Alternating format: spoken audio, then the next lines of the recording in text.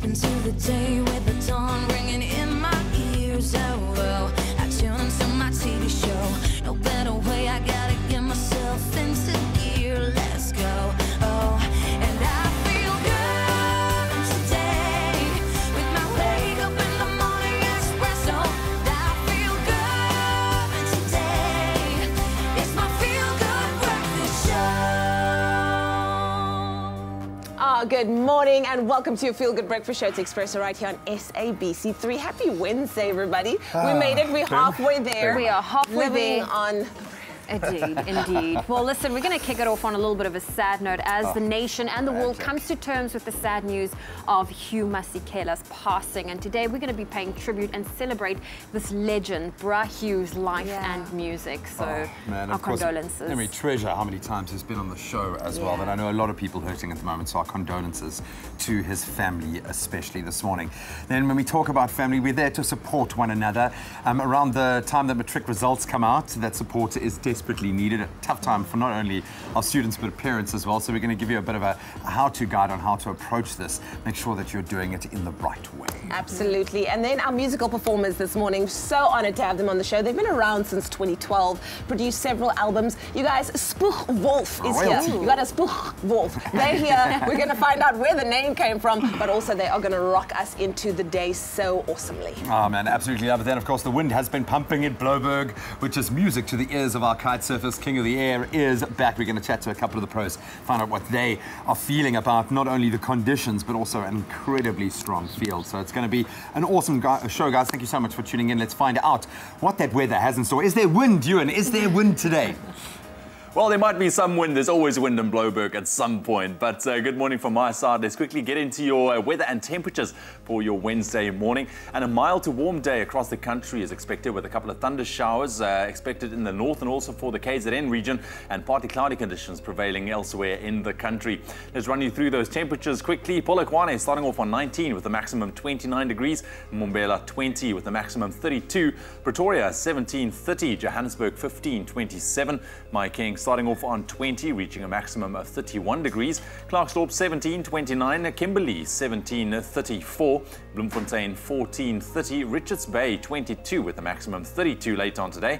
Pietermaritzburg 17-29, Durban 23 minimum with a maximum 27, Mthatha 16-24, East London starting off on 19 with a maximum 25 degrees.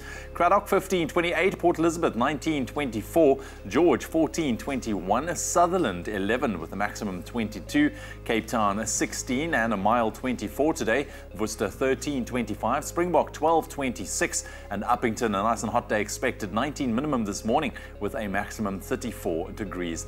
That's a wrap of your temperatures and weather for the 6:30 bulletin. We'll keep you updated throughout the course of your Wednesday. I'm back just after 7 with another update. Thank you, Ewan. Well, let's take a first look at your roads. We start off in Gauteng, Johannesburg. There's an obstruction on the R21 northbound. That's after Olifantsfontein Road, currently blocking 2 lanes, so you can expect delays. And in Pretoria, there's a multi-vehicle accident on the R21 southbound before Olifantsfontein Road. That right lane is obstructed, so please approach with caution. That's where I leave your traffic for now. Another update coming your way in half an hour.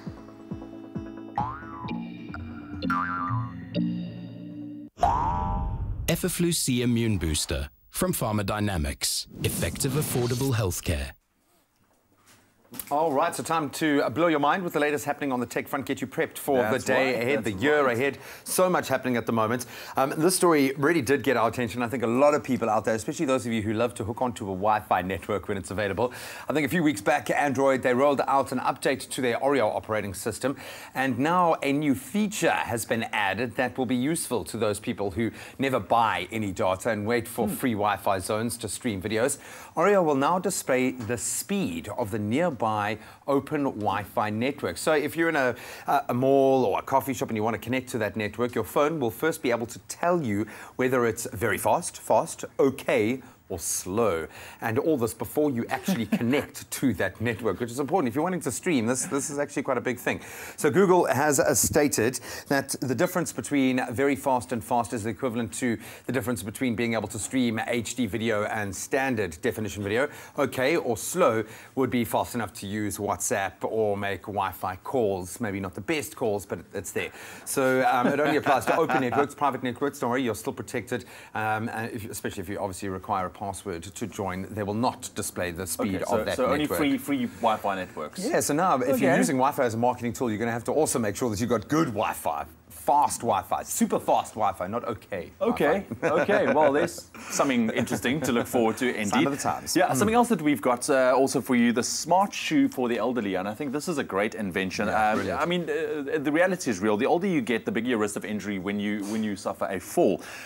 So it's a French tech company called Evo, and they created a smart shoe capable of alerting emergency services in the event of an accident. So it's got built-in sensors, GPS tracker, and also gyroscopic technology, similar to what a smartphone uses to detect if you are tilting it sideways. Now, these shoes are then able to figure out if the user has fallen or when the user has fallen. So they will immediately then send an alert to emergency services, and once the message is received, the shoe will then vibrate to let the user know that the message has been sent successfully. Not you have fallen, you are on the ground. Yeah. Look, it comes in a variety of styles. At least I was going to say, that's quite cool. a swanky style. Yeah, I mean, that's quite funky. Yeah. So I think it's a cool invention. No, it's a game changer. It really definitely is a game changer. But yeah, and at least it looked cool. At least it looked cool. Very, very, very funky. Well, it's time to take a look at what's happening on social media. Our two handymen solving problems on your Feel Good Breakfast Show. Well, it's Wisdom Wednesday today, and we want to know from you, when people come to you for help, what are the things they usually ask help with? Let's see, Gwyneth kicks it off saying she's a hairstylist, and in people's eyes, she's supposed to be a miracle worker, and she's grateful for the ladies that love her, but really, why even ask for advice when you're at a party or a bride? Guys, give Gwyneth a break. She also wants to have a good time. Kaiser says people often ask me for help with mathematics, and really happy to help them. Amelia says usually she gets lots of questions because she's an ex-social worker. Nathan says help with homework. And then Glinda says, good morning. Money! People ask for money, which I don't have much of, but I try to help where I can. Glinda, you're a good person. Let us know how you try to help people when they come to you. Well, go fill up those coffee cups. We're taking a quick break. When we get back, we're going to continue to pay tribute to Bra Yuma Sikela. And then we're going to offer some support not only to matric learners getting their results at the moment, but parents who have to handle the fallout after that. Hopefully it's all smiles, but we know that you can use a little extra sensitivity. We'll give you some how-to guides. Only you can make my day.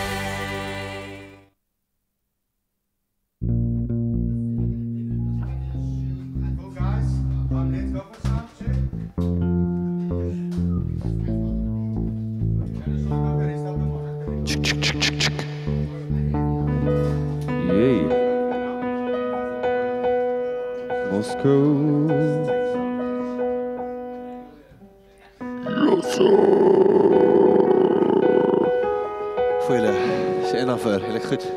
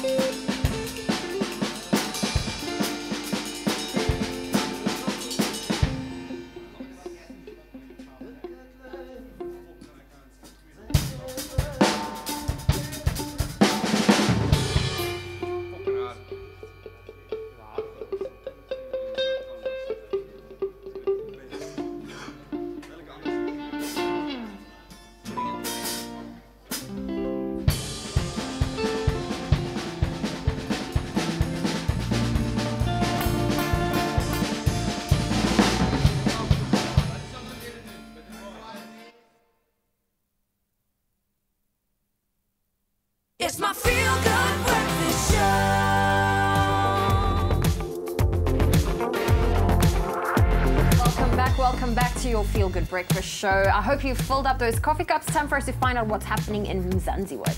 Well, I'm going to fill you in on what's happening in the local news. Now, let's be honest, 2017 was a massive year for South African music, and 2018 is going to be even better, with some of our biggest talents doing some really big things. Casper Nyovest filled up the stadium. Yeah. Come on, whoop whoop for that. That was brilliant. Wesper opened for TI overseas. That is also amazing, and it's proved that our South African talent is definitely onward and upward, and they don't need to hold back for anyone.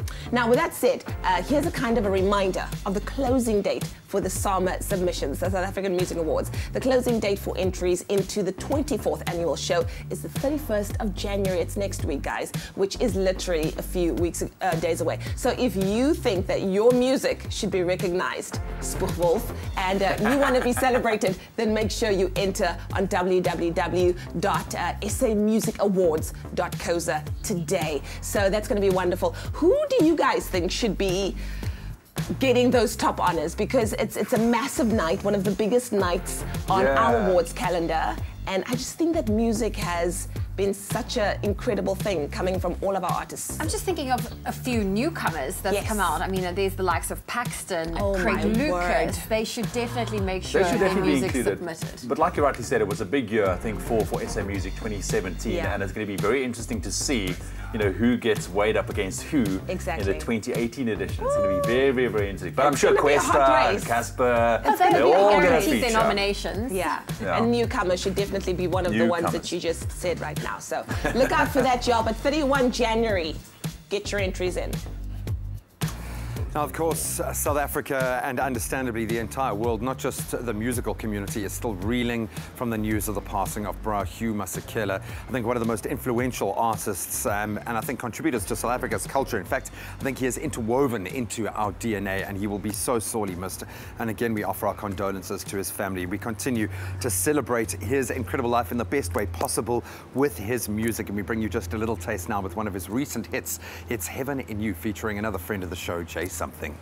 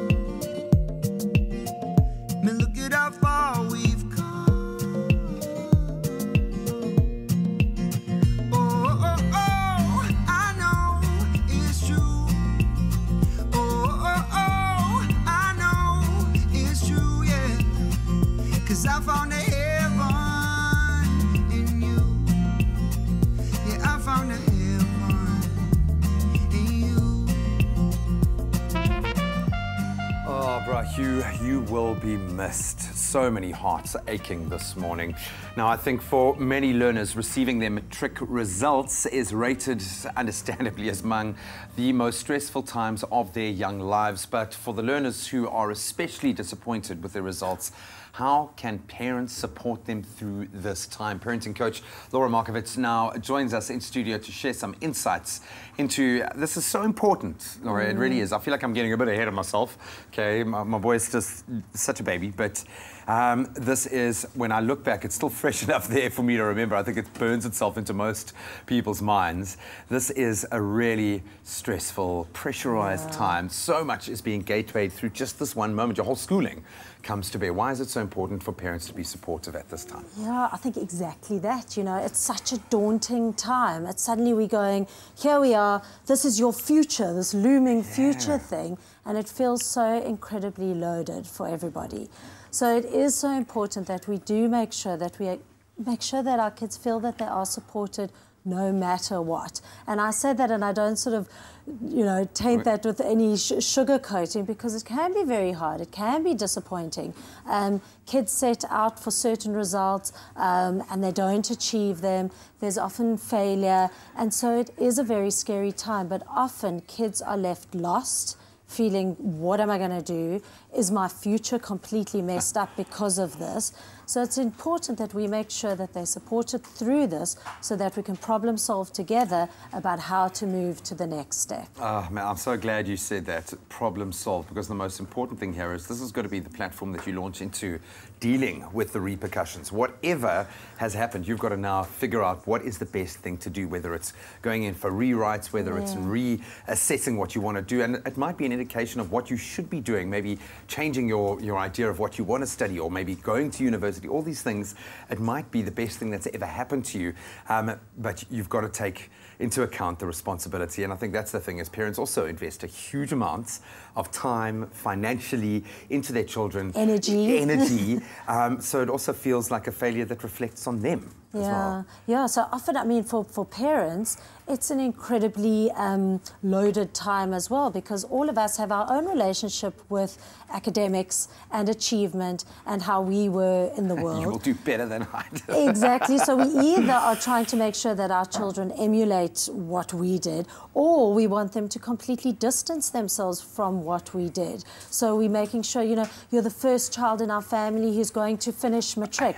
All those sort of things is incredibly stressful. So it's really important that us as parents start to separate out what's our stuff and what's our kids' stuff. Oh, the growth opportunity. Yeah. So how do we do that then? I mean, obviously you need to get practical and take a step back. How do we go about supporting our child in the best way? Yeah, so we've got to sit down with them, and I think what's important is that initial reaction. You know, ideally, when we get those results from our kids, is, you know, exactly. So we might have reacted in quite a radical way, but what we can do is always go back, and we can say, you know, I flipped out. I recognize that I was catastrophizing what's happened here, but now let's sit together and think about what went wrong, where things went wrong. Was it that they didn't understand? Was it that they were distracted and on their phone all the time, like I told them not to be? But, you know, to really look at what's happening and then to think, okay, let's sit down and think, what are the options? Because the reality is there are always options. And that's something that we've got to impress on parents and on our kids, that there's always something that we can do. So whether it's a rewrite, whether it's redoing matric, whether it's rethinking how things are going to work, whether it's going to a technical college, really doing the research to look at what the options are. But what's really important is that we support our kids through that so that they're not left high and dry and things don't leave them lost and leading to depression or anything. Well, that's the thing, because your results might not necessarily define your life, but that disappointment is very real. So, man, this is such an important discussion, and I think especially for our parents out there, an opportunity to grow your relationship with your child, get to know each other even that much more better. So, Laura, thank you so much. We're going to keep you around. There's lots to chew through this morning, and if you've got any questions, you can, of course, post them on our Facebook page. We'd love to hear from you if you're a parent or a child in that very important matric gateway. All right, well, moving on. Right now, if your entertainment knowledge is on point, then this game is for you. It's called our Emoji Charades game, and it's really going to test your knowledge and your skills because there's so many questions. Is it a movie, a TV show, a song? How many words are in the title? But we're going to help you out. We've got a couple of clues as well. Let's have a bit of fun on your Wednesday morning. So here are our emojis, Zoe. That's right. So you have a musical note. So it's a song. Two, which means it's 2 words, and we have the love emoji. I am thrown off by this one. And it seems like a scientist. I don't know. Darth Vader. Scientist. Some interesting liquids over there.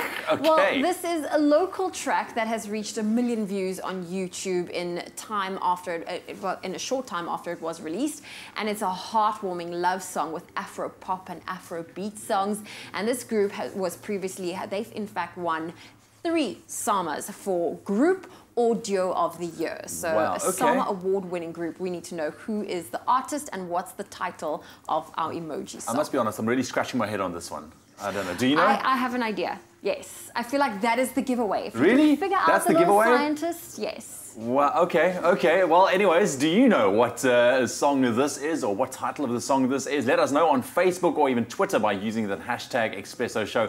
I can't wait to see what you guys say in terms of your answers. We're going to take a look at it a little bit later. Very interesting. I love our emoji game. Well, I also love what's happening after the show. We're taking a look at what's trending. And guys, did you know that dogs make really great parents? And we'll share that with you after the break. Really great parents. Lessons to be learned for parents on today's show, especially on how to be successful as a rock star. Spoegwolf, oh yeah, you gotta say it, Spoegwolf. Gotta say it with meaning. I'm dying to find out what the name means. Where did it come from? They're gonna do what they do best, performance after the break.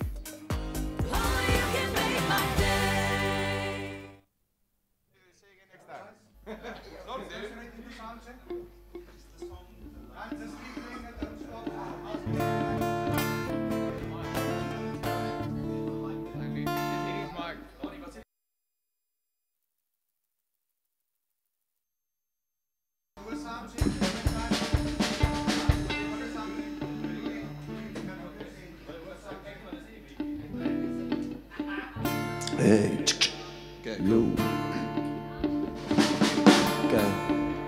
Daar is 'n loerie in die boom en 'n meisie in die stroom. Ja, die middag het haar blond gemaak. Daar is, okay, cool. Kan ek 'n bietjie meer vocals kry? Okay. Daar is 'n bottel in my antenne bier. Ja, die middag het my swaar gemaak. Kan ek jou kom sien? Dink ek lang my lewe lang aan zwarte krag.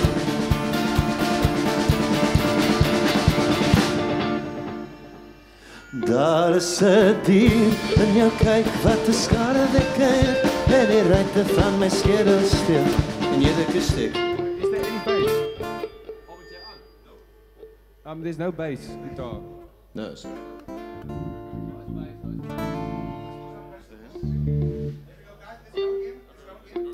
Daar is 'n bottel in my hand en 'n bier.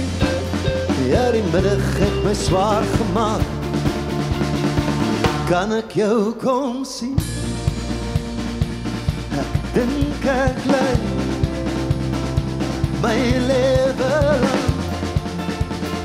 lang aan zwarte krag.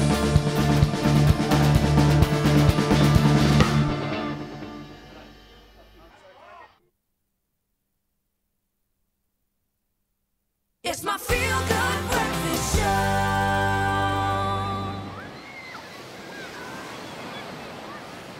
The sand and water resistant Galaxy S8. Made for summer.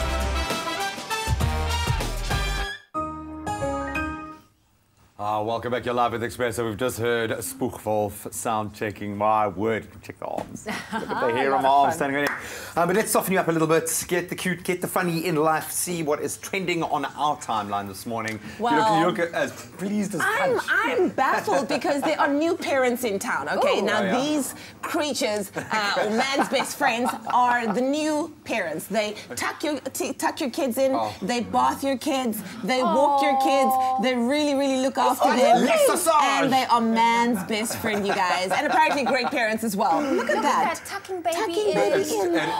It's so true. And guys, we've now found out from the latest pediatric research shows that babies that spend a lot of time with dogs when they are really young are less prone to allergies as they are older. Their immune systems are better, understandably. So it's actually a good thing.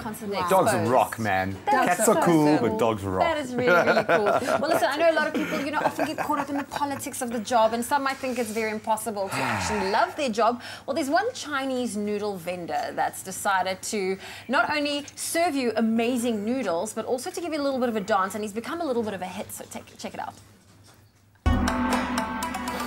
Oh, yeah. Woo. Oh, yeah, that's one long noodle.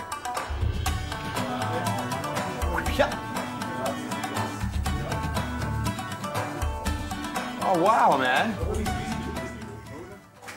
Is he making one long noodle there? He loves playing with that noodle right there. He's a grand master of noodling, man. Oh, two brilliant stories. Thank you, guys. I liked your little Dance there, Zoe, as well. Beautiful stuff. You can let us know which hashtag, video, or story has caught your attention online this morning. Please share your thoughts with us. Connect with us on Facebook. We love to hear from you. And of course, on Twitter and Facebook, we always use Expresso Show as the hashtag. From now on Wednesdays, we shall do the noodle dance, just because that looks awesome. Listen, right now it is time for some music on your Feel Good Breakfast Show. And when it comes to the South African rock music scene in South Africa, it is positively booming at the moment, with so many incredible talents offering their unique flavors. Now, this morning we are joined by, I can almost say, a band that pioneered the South African music scene, or rock music scene, since their inception in 2012. I'm talking about Spoegwolf. They are here for your entertainment this morning. Take it away with Luri.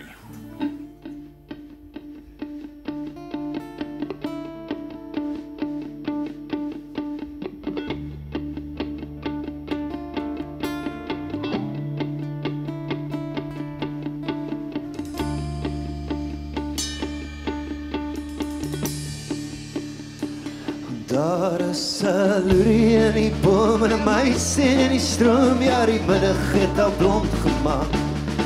Daar is 'n bottel in my hand en 'n bier in my hart, ja die middag het my swaar gemaak. Kan ek jou kom sien? Ek dink ek lei my lewe lang aan swaartekrag.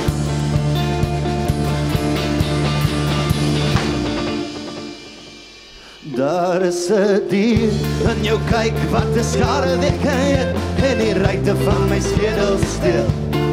So blyk jou lig my brein met jou lyfie gestein, watermerke in my keel. Kan ek jou kom sien? Jy weet ek ly my lewe lang aan swaartekrag. Ek gaan jou kom sien. Jy weet ek ly my lewe lang aan swaartekrag.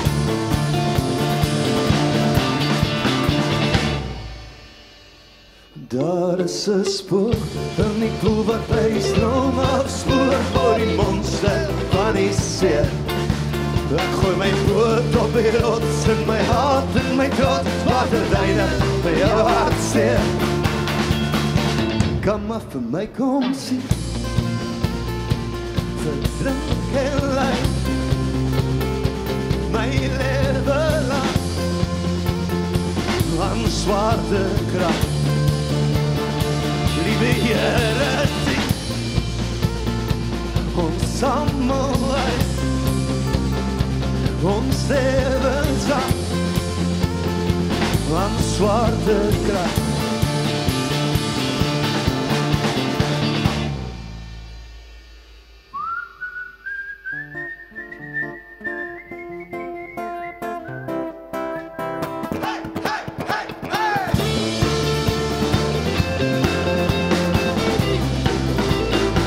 Liewe Here, sien ons samen uit ons levens aan swaartekrag. Liewe Here, sien ons samen uit ons levens aan swaartekrag.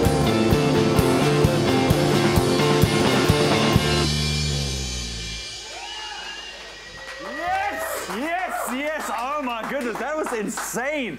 Hey, so early in the morning in that Donnie Spoegwolf jive coming out, man. Epic stuff. Welcome, guys, welcome. Donnie. Thank you.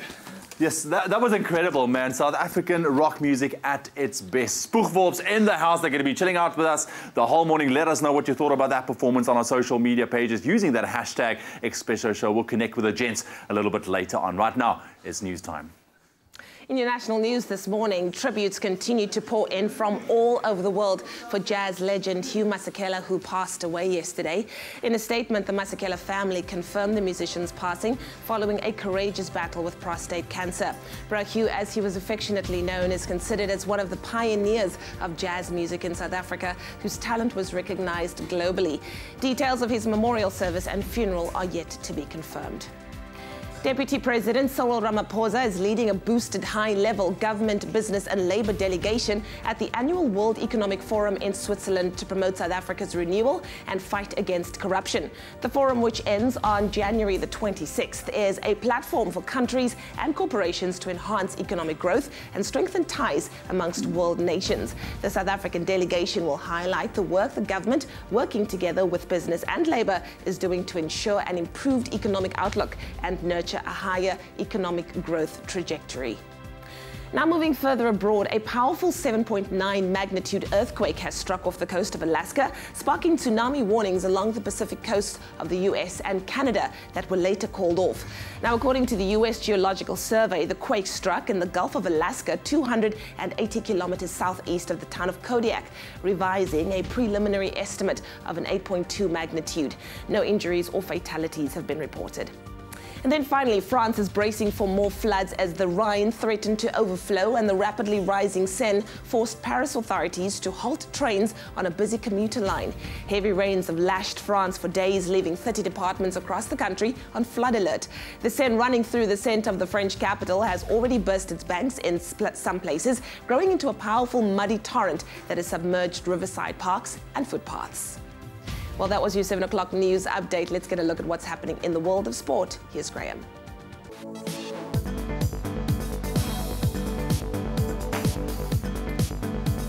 Let's kick it off here on South African soil. The third and final test match between South Africa and India, ranked 1 and 2 respectively in the world, gets underway in Johannesburg today with the Proteas one win away from a series whitewash victory. The Proteas have already secured that series win after taking a 2-0 lead with a 72-run win in the first test and a 135-run very convincing win in that second. Today's match at the iconic Wanderers Stadium gets underway at 10 a.m. Then on to football. The points were shared in the PSL last night as Polokwane City scored in the final minutes of the game to draw 1-1 with SuperSport United.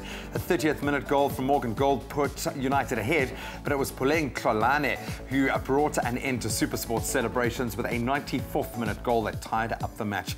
Premiership soccer continues tonight, and it's got Bloem Celtic in action up against AmaZulu. Kickoff for that game is at 7:30 this evening. Then Manchester City booked their place in the English League Cup final last night after a 5-3 aggregate semi-final win over Bristol City. Heading into the second leg with a 2-1 lead, the Manchester club, they sealed last night's 3-2 victory thanks to goals from Sane, Aguero and De Bruyne. So Man City's opponents in the final will be decided tonight as old foes Arsenal host Chelsea with the aggregate score tied up in a goalless draw. Then on to tennis, 2017's Wimbledon runner-up Marin Cilic, he progressed to the semi-finals of the Australian Open yesterday after world number 1 Rafa Nadal retired hurt during their quarter-final clash. Very sad news. When the score tied at 2 sets apiece, Nadal called time on his Australian Open campaign when Cilic was 2-0 up in the deciding set. And other results from yesterday, Kyle Edmund, Elise Martins and Caroline Wozniacki, they all progressed through to that last 4. And that's where we leave our sport for now. We're going to chat kiteboarding in a moment.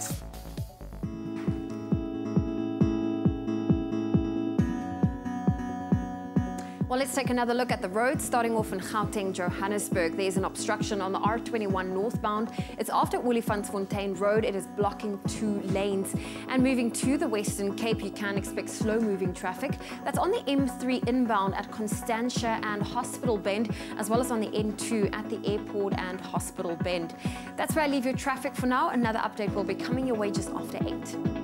Just after 7 o'clock, let's quickly get another update in terms of your weather and those temperatures. And a mild to warm day can be expected for most parts of the country, with a couple of thunder showers also expected for the north and in KZN today, and partly cloudy conditions prevailing for the rest of the country. Jou temperature, Polokwane begin op 19, dit styg na maksimum van 29, Mbombela 20, 32, Pretoria 17 en 'n maksimum van 30, Johannesburg 15, 27, Mahikeng 20 en 31 later vandag, Klerksdorp top 17, dit styg na 29, Kimberley 1734, Bloemfontein 1430, Richards Bay kicking off on 22 with a maximum 32 degrees, Pietermaritzburg 17 with a maximum 29, Durban 23, 27, Mthatha kicking off on 16 minimum and a mild 24 later on today, East London 19, 25, Cradock 15, 28, Port Elizabeth 19 minimum this morning with a maximum 24 degrees, George 14, 21, Sutherland 11, 22, Cape Town 16 and 24 degrees later on today,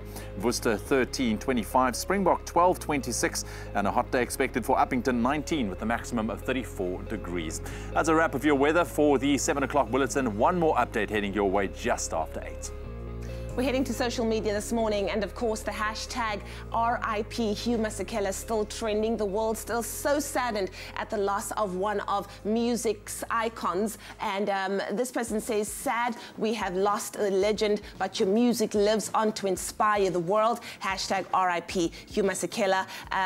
Yeah, someone says it was not long ago when we wished Bro Hugh a long life and victory against prostate cancer. He did his part. May he find a better place in heaven. What a loss in the music industry. A lot of people sharing their sadness, sharing their condolences, saying here, Bro Hugh Masekela, you left us early. We appreciate what you've done for South Africa, for the continent, and then for the world. And then I just want to show you this picture that I thought was absolutely amazing. I'm going to try and go in here. And this is a picture of a 16-year-old Hugh Masekela who's basically jumping into the air after receiving a trumpet from Louis Armstrong. And this is him right here. And this is the kind of thing that we will remember. But continue to send in those messages of condolences and let us know how you felt about the South African legend. A legend lost way too soon. Well, thank you for the wonderful music you have provided us. We're taking a quick break on your Feel Good Breakfast Show. When we get back, we're going to take a look at how technology and, I mean, something that's locally designed. We're going to look at a space truck. Absolutely incredible. And there's something local tied to that as well, which makes it awesome. Then, of course, it is time to decide the king of the air. Josh Emmanuel, Aaron Hadlow are here ahead of one of the coolest, biggest air competitions the country has ever seen. Sit tight.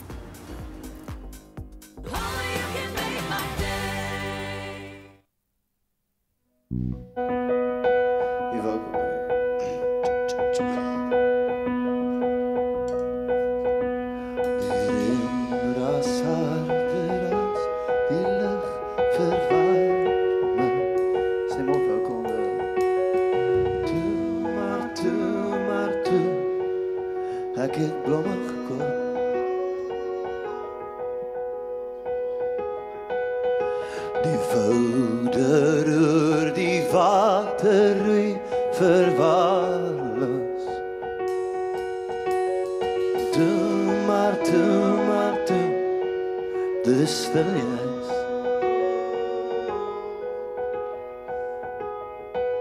Ek is veilig onder jou plafond. Met jou vreemde klanke en jou vreemde son. Ek is broos soos die waarheid verleef.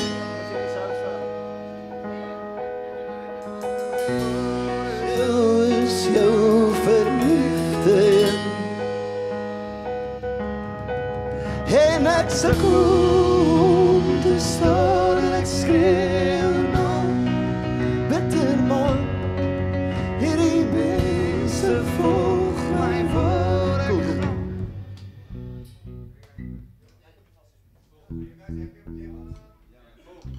Okay, so we back like in 45 minutes.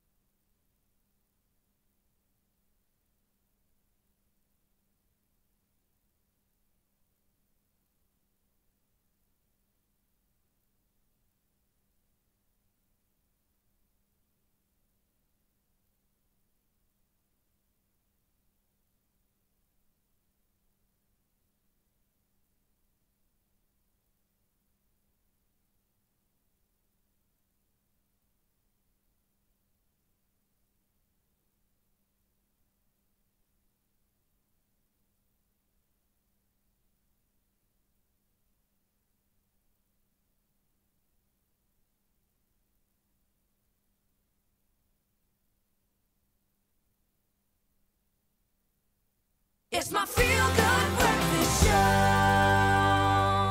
Welcome back. You're tuned in to Expresso, start of a brand new year, which means a brand new roster on the extreme sporting front. Most notably, kiteboarding kicks off with some massive air. It is, in fact, the king of the air. 18 of the best riders from around the world. When I say best, I mean the very best. Will be descending for the first time on Kite Beach here in Bloberg between the 27th of Jan up until the 11th of February. If you're a fan, you've got to get out there and support kiteboarders like Josh, Emmanuel and Aaron Hadlow. Gentlemen, thank you so much for joining us. I've been driving past Bloberg, guys, and it is pumping. Not just the wind, but the amount of kiteboarders out there. Josh, we were lamenting the fact that it's tough to get some air out there, like space in the air. How much has kiteboarding grown over the last 3-4 years, dude? Yeah, it's definitely grown hugely. I mean, you see now on a good day out there, there's hundreds and hundreds of guys in the water. So yeah, it is getting super popular, and I think it's really good for the sport. But tough for guys needing to practice at Bloberg. Yeah, definitely practicing big air in Bloberg's not easy. But the one thing Bloberg does offer is massive air. What are you expecting out of King of the Air this year at Bloberg? What makes Bloberg different? Does it present any new challenges, or is it just better?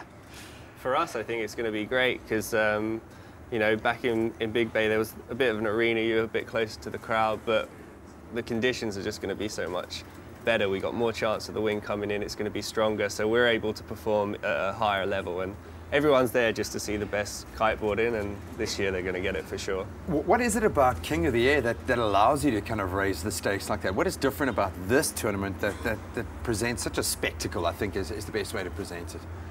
Well, also, like you say, we've got 18 of the best riders from around the world, and when you're competing against the best, you tend to push yourself even more than you would in just your general sessions. So, yeah, it's definitely going to be a good showdown from every single rider, I would say. How much better are you on competition day, do you think, Aaron?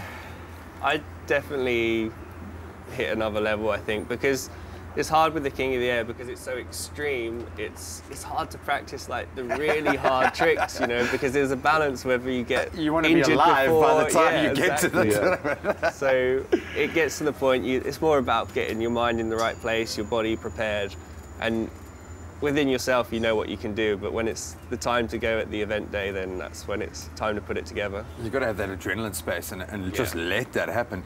Dude, you're a local favorite, man. There is a lot of pressure, surely, on your shoulders. How do you feel about competing in something like this? Is it against yourself? Is it against them? Is it an opportunity to do something you've never done before? How do you mentally prepare for something like this, bro? For me, like, yeah, being a local favorite definitely is, it really is awesome. But yeah, looking forward to it. Just going to take the support and push it into the event, and take the positive side of it, and there will be a lot of support for you. For sure. There's going to be a massive local showing. But of course, we've got the likes of Aaron, who've got 2 titles under your belt. Do you have something new planned for this year? How are you approaching 2018, man? I approach it the same every year because there are so many up-and-coming guys and the local guys, all the best riders, and you just got to take it one step at a time. But you know, you just get ready, like I was saying, mentally, physically. I know what I can achieve, so got a few ideas in the bag. Will we see a new trick? Will we see something that we've never seen before? I think through the field, for sure. I mean, we're going to have, there's new stuff every year. Everybody's pushing their limits each year, bettering themselves, and when you're in that environment with the crowd pushing you, you know, you take it that one step further. So I think it's going to be something new and exciting this year. And I know it's weird when you look at the calendar because you guys now have a busy year. You've got a lot of pressure when it comes to making good for your sponsors. But this is a competitive sport at the end of the day. How important is it to get the year started on the right footing? How important is this competition for you? For me, it's quite big. Something I've always watched from a young age as well, and always wanted to be in it. So yeah, it's quite a big thing, and obviously it's the start of the year, so if you can do well here, I mean, like you say, you're going to start your year off well, and I'm sure the rest will follow. So what you're trying to say is Aaron doesn't intimidate you at all, man. Doesn't intimidate you. Nah, bro. Guys, thank you so much for joining us this morning. You can see how excited I am. I think there are a lot of kiteboarding fans, a lot of fans in general that are really excited to have this here in South Africa. So thank you so much for joining us. Good luck, man. Local support behind you. Thank you. You've got a legion of fans behind you as well, brother. Enjoy it. Please bring out something we haven't seen before, King of the Air, happening between the 27th and, of course, the 11th of February. Go and support your favorite boarders. We've got 18 of the best in the world right here. Absolutely, and it's a spectacle not to be missed, that is for sure. But right now, here in Africa, innovation can be found in a broad range of industries, from healthcare to fashion. But now, a South African company is taking its innovation on the road. And I mean that literally in the form of the locally designed and built Zytruck.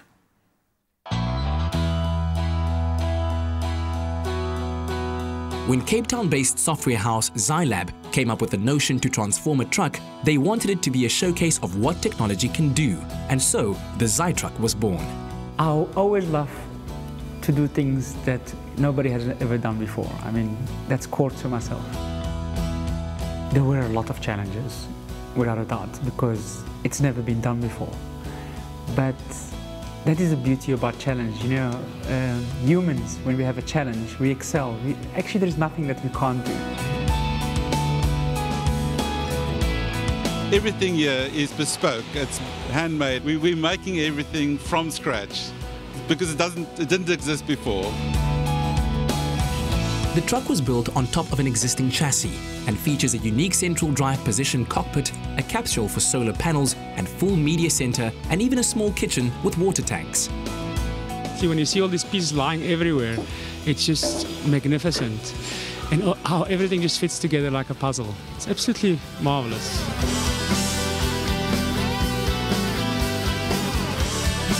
All that time spent in front of the computer imagining what it's going to be like, and now I can finally see. Phew, so happy right now.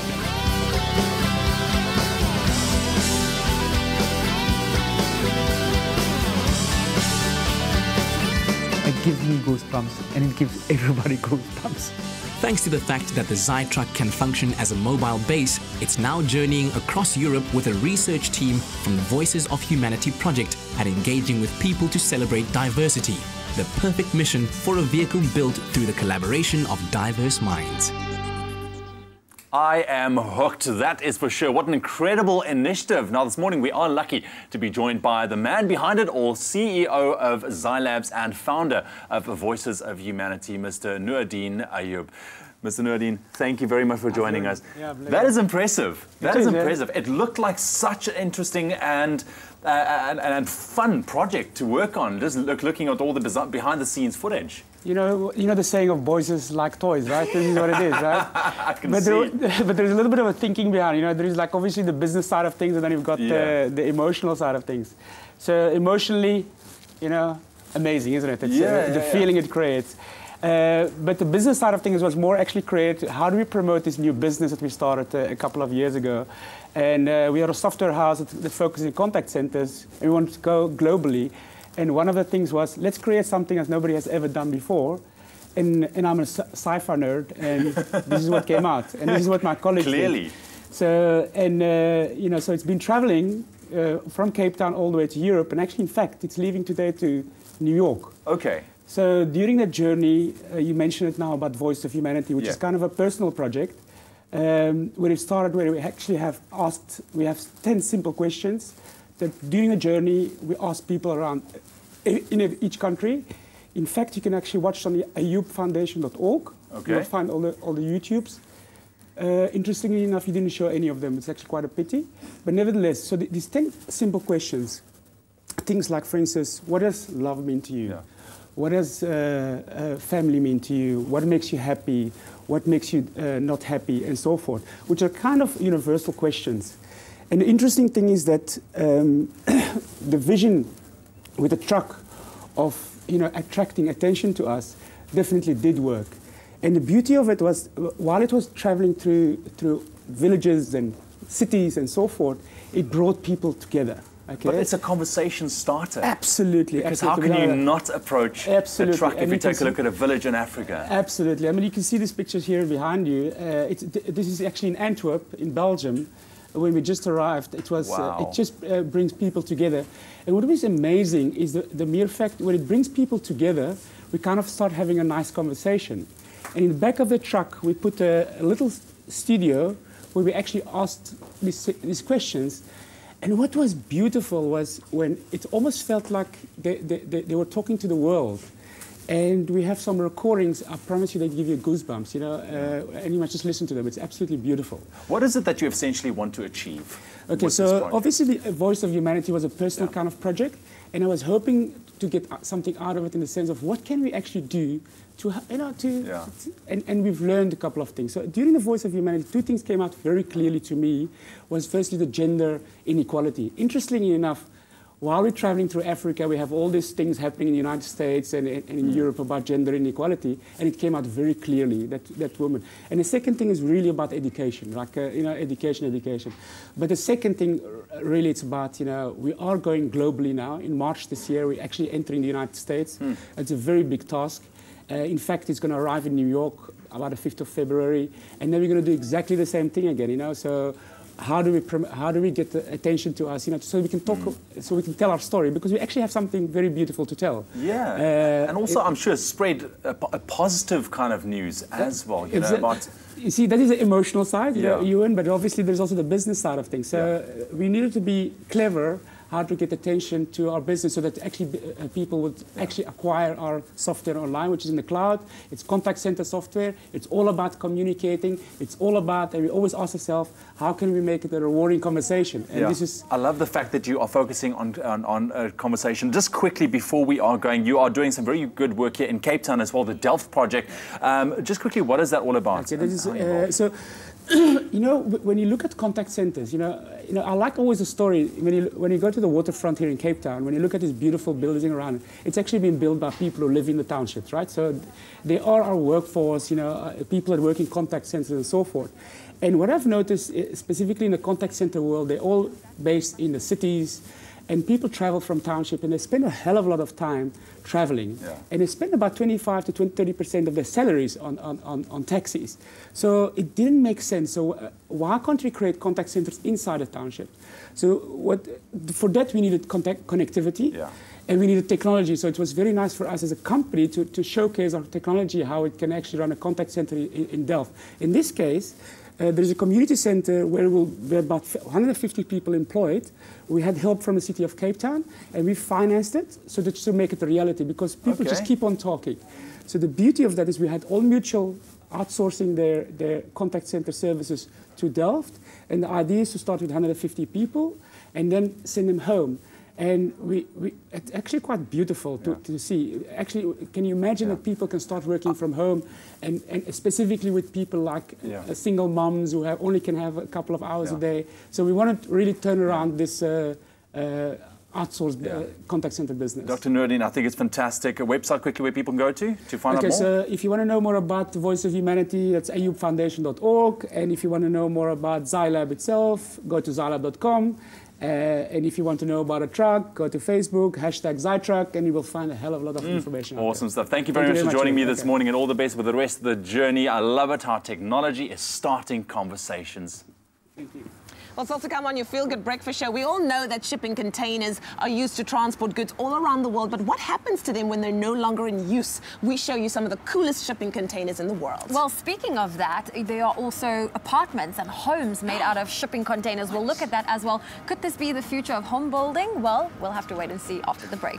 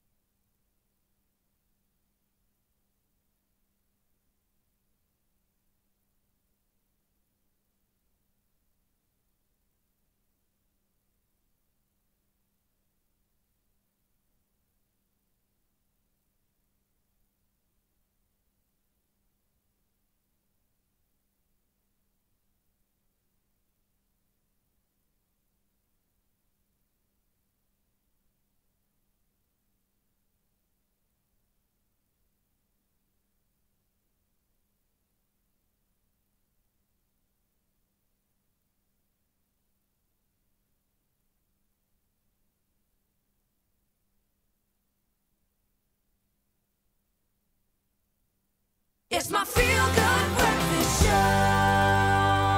Welcome back. You're tuned into your Feel Good Breakfast Show, Expresso right here on SABC3. And what a lekker Wednesday it is, man. It is awesome. So listen, we're talking shipping containers right now. Of course, they serve a pretty useful function, helping to transport goods safely across the world. However, when they come to end of their time at sea, there are numerous ways a shipping container can be given a brand new lease on life and continue being useful for years to come. So what we've done is we found a few interesting and cool ways of how people have used shipping containers to create some rather innovative structures and homes. We know it's amazing what's happening here in South Africa. We've seen some incredible creativity. So hopefully this is going to inspire you.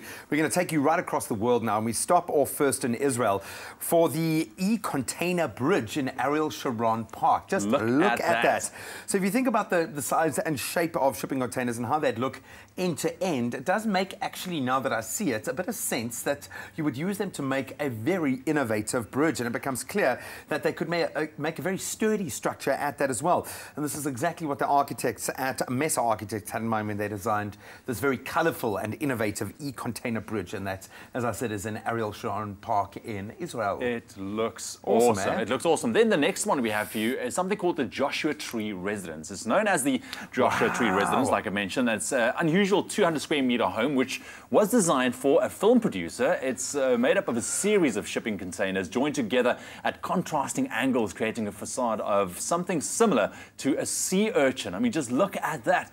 This is a solar-powered home as well, and it features 3 ensuite bedrooms, a living area, a kitchen, and a large outdoor deck area with a swimming pool. I mean, it's something shipping out of containers, Star Wars, dude. Yeah. It looks amazing. I did sort of like area here in the desert, Nogal, as well. Absolutely cool. Now let's move to a very fashionable sector in Sao Paulo, Brazil. Take a look at that. Rather than build an actual home from shipping containers, renowned Brazilian architect Marcio Kogan chose to integrate very vibrantly colored containers, as you can see, and put them into the mix.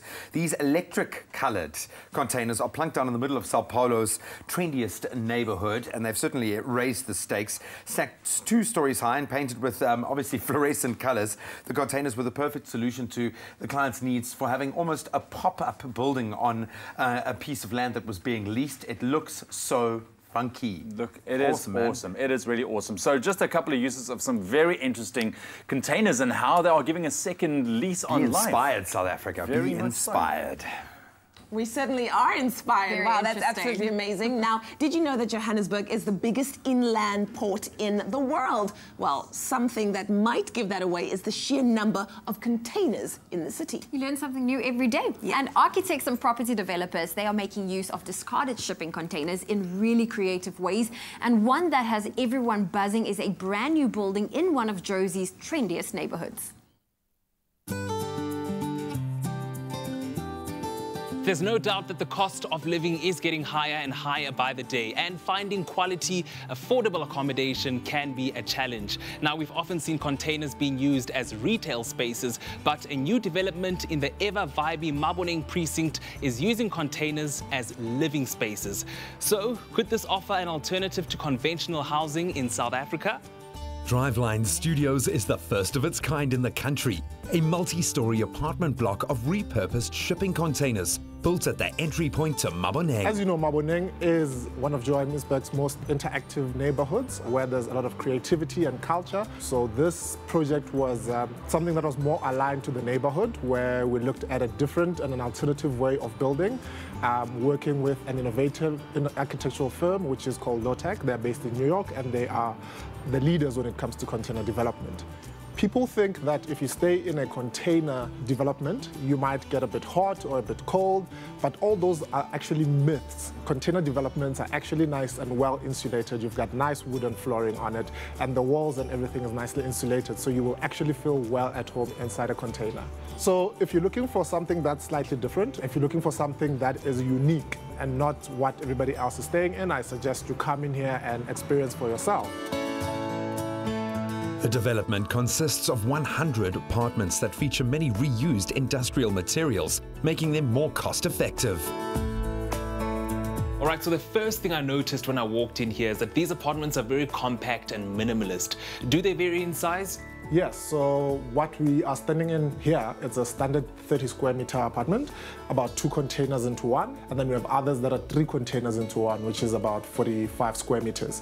So what we do is we offer a furnished and a non-furnished option. So there's a price variation for a furnished apartment, but these all vary from, say, about 3,950 Rand a month.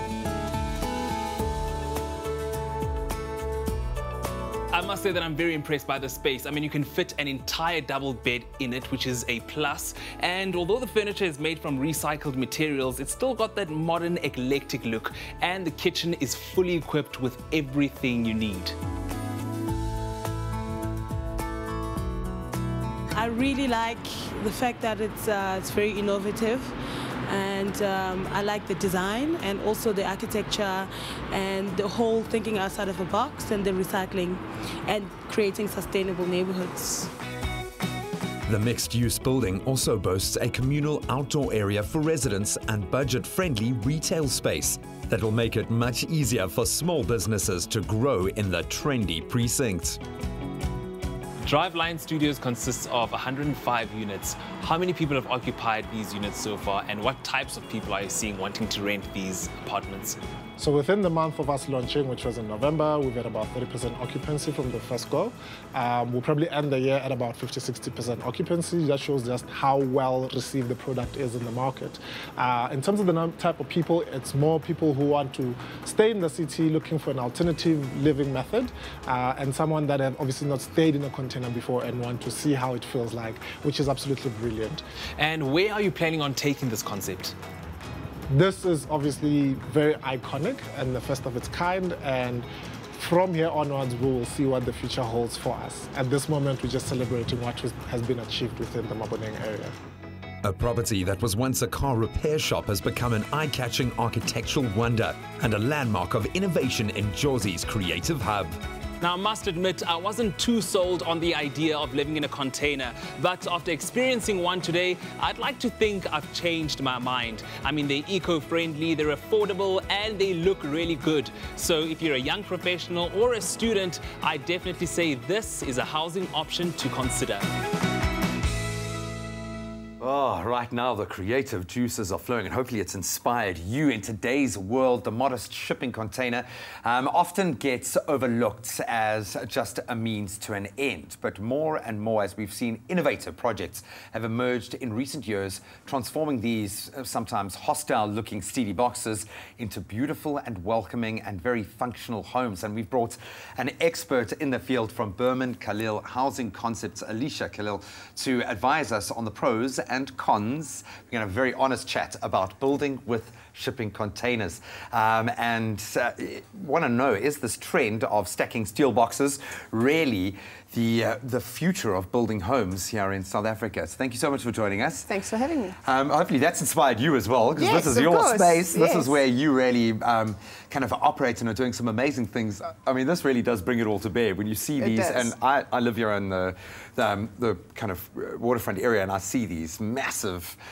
shipping container vessels coming in. There is so much material to work with. Yes, no, for sure. How do you even go about starting with this? How do you get your hands on a shipping container? Do they just leave them there for you? Do you have to buy them? How do you enter into this? You do have to buy it. It's not as simple as just picking up the container and putting it on your piece of land and converting it. If it was, I'm sure there would be many. But yes, depending on your piece of land and which municipality you fall under, container homes are now seen as a rational design. So they're not sort of, South Africans had the misconception that containers were containers and you couldn't make them look as beautiful as what you can. So council approval plans, an architect to help you design it, and your creativity is the only thing that stops you when you're building with containers. How long did it take to get to this point? How much red tape have you had to... 3.5 years of lots of blood, sweat and tears. But we've got a good architect that works alongside us, which has a lot of connections within the council. And every single home that we've ever done that's needed council approval has gone through the necessary process. And as long as we build within regulation, they've been approved. And it's vital that we have that groundwork done. Yes. Pros and cons, and I want you to speak honestly here because there is a danger of this being a trend that people latch onto for all the wrong reasons, and we want this to then grow. We can see this as a valuable resource in the future. What have you discovered as the major pluses and some of the real challenges? Well, I'll go into the cons first because, to be honest, this morning on driving in, I was thinking, like, you asked for pros and cons, and you try and think, I mean, the pros, there's plenty of pros. So you're trying to think about the cons, and you don't want to come and, like you've said, be honest with me. So now I'm going to come and say cons. And the only thing that is a con is the misconception that it is a shipping container and it can't work, first of all. And secondly, you need to be very creative with the space that you've got and how big you can actually go. So that's the cons for me. The pros are it's modular, you can be creative, it costs a lot less than brick and mortar, and the timelines of getting it ready is also much quicker. And once you've got a model that works, you can keep duplicating that in innovative ways. What are those costs? How much does it cost to take container from ship to home? You're generally looking at about entry level, so for sort of affordable housing, you would be looking at about 7,500 Rand a square meter. Where brick and mortar, on recent research, you're looking in between 10 and 12,000 Rand a square meter. So it is a lot cheaper.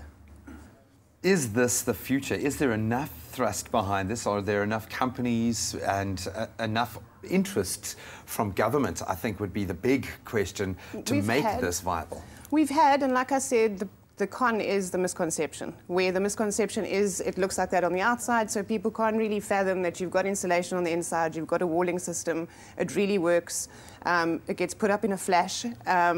So, yes, I think the misconception is the biggest problem with government because they don't know how to go to market with it and say, this is what we're going to put up for you. It's a lot quicker, it works, and it's functional.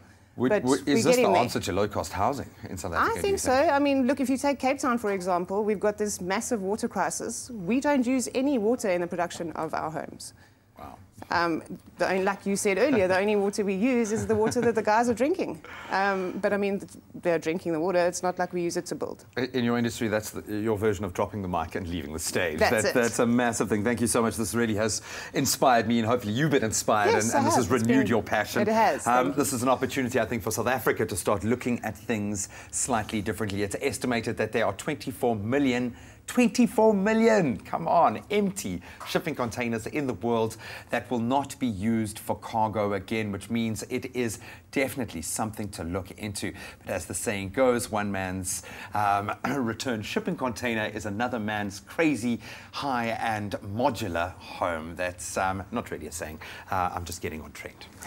Well, I can't believe you can do so much with shipping containers. It is absolutely incredible. Are you okay over there? I'm so good. I am so good. Well, we're taking a quick break on your Feel Good Breakfast show. When we get back, we continue to celebrate the life and music of Brahu Masikela, and our condolences go out to his family and friends. Absolutely, and then we need to catch up with some fashion. It's Paris Fashion Week, y'all, and we bring you the hottest fashion right off the runway.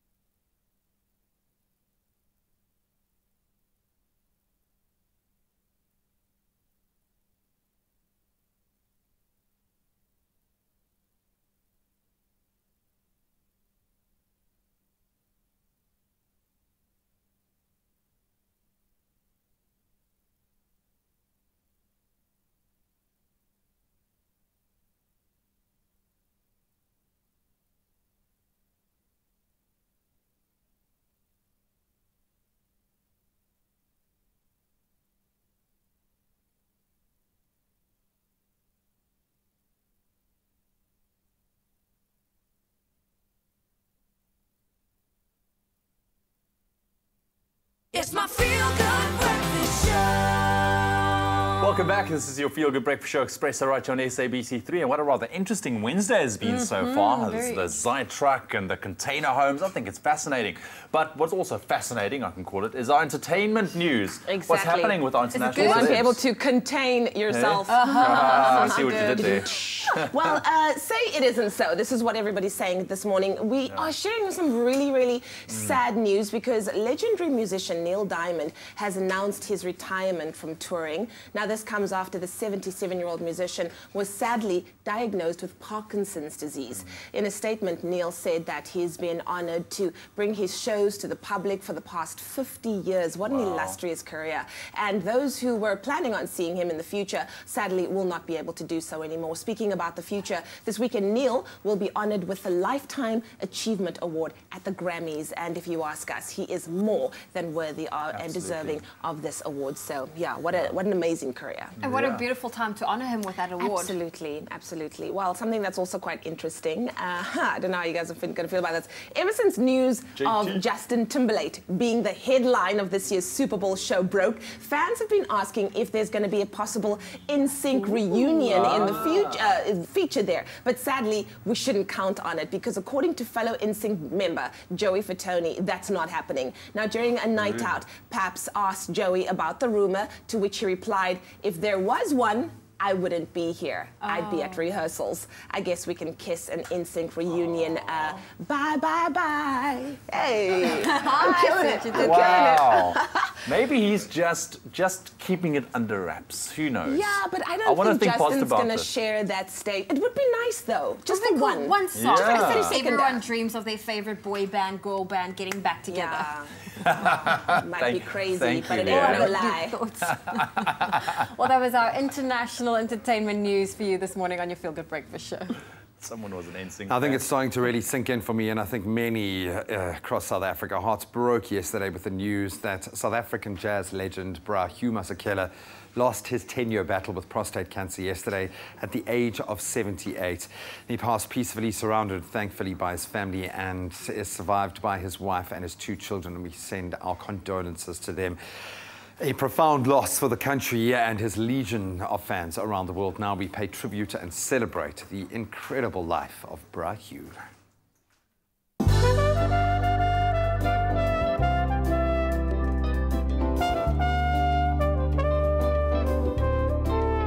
A music icon, a loving family man, and a friend to many, Ramaphosa Hugh Masekela, affectionately known as Bra Hugh, was born in Witbank in April 1939. As a child, a movie about a jazz musician inspired young Hugh to take up the trumpet. With a stellar career on the rise, both he and Miriam Makeba were part of the original cast of the famous African jazz opera King Kong in 1959. While on tour in England with King Kong, Masekela went into exile as the South African political climate grew dangerous. He then moved to New York, where fellow musician and friend Harry Belafonte took Masekela under his wing. While in exile, Hugh used his music as a way to fight for liberation and democracy in South Africa.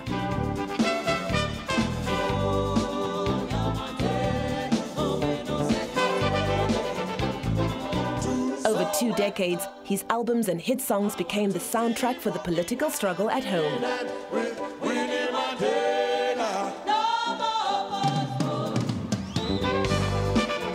No fan of Bra Hugh can go on without mentioning that Bring Back Nelson Mandela song. And I wanted to know, Bra Hugh, have you ever met Nelson Mandela, your hero Nelson Mandela? I told you before that I know him since I was a baby. Since you were a little baby. Bra Hugh's contribution as an activist for human rights and as a leader in arts and culture created a legacy that will surely be carried forward by his fans across 6 continents and will be instilled in future generations who can see his work as an example of the power of music to unite.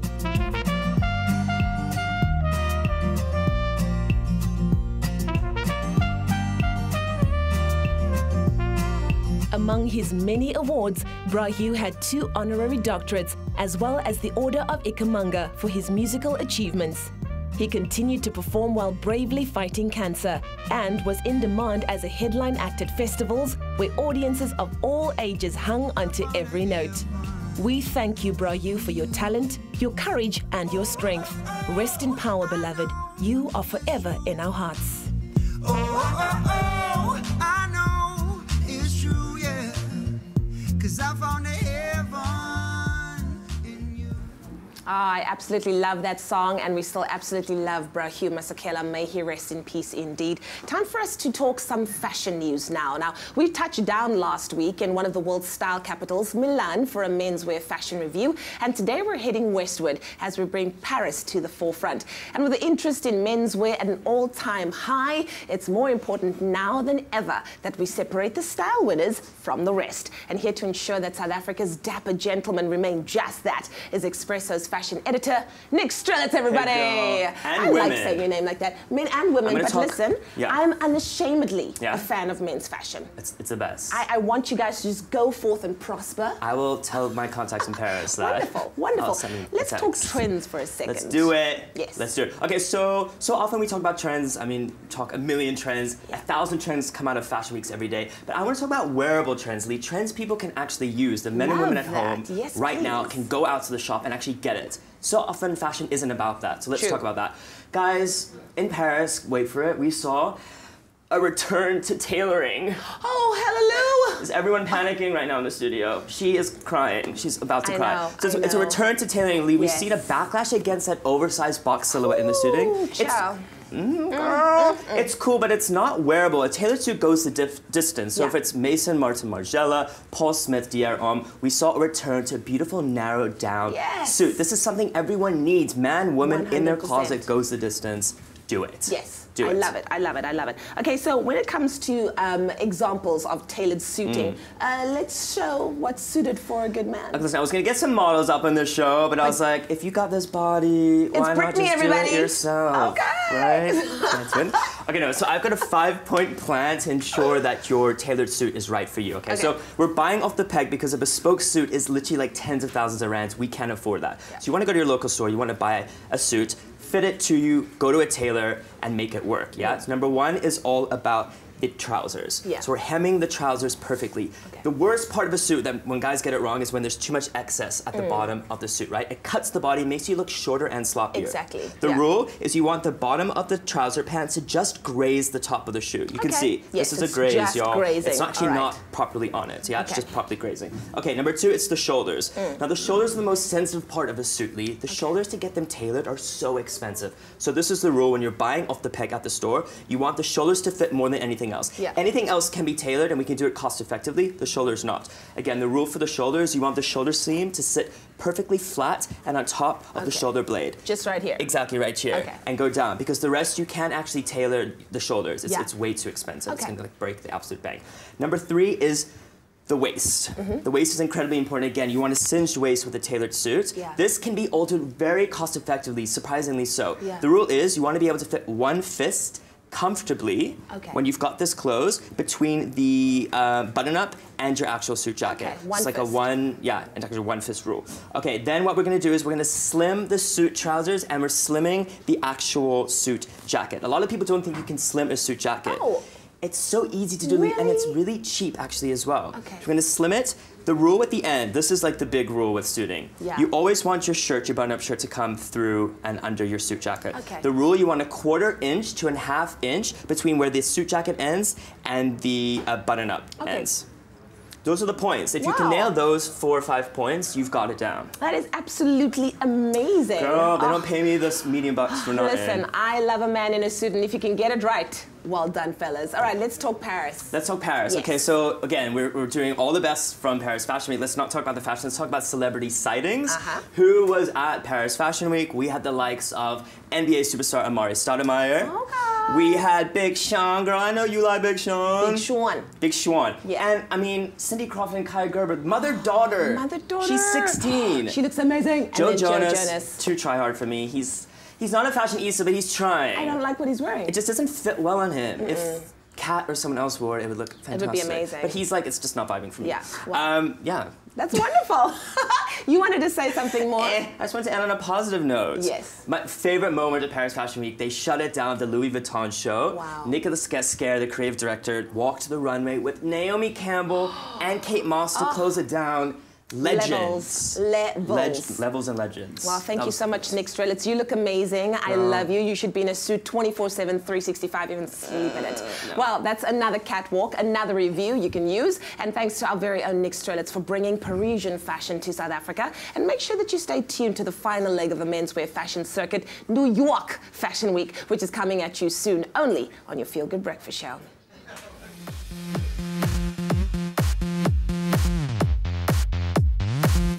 I feel like a ring lady. Man, where's that funky hula hoop music? Ladies and gentlemen, it's time for the Hoop the Loop Challenge.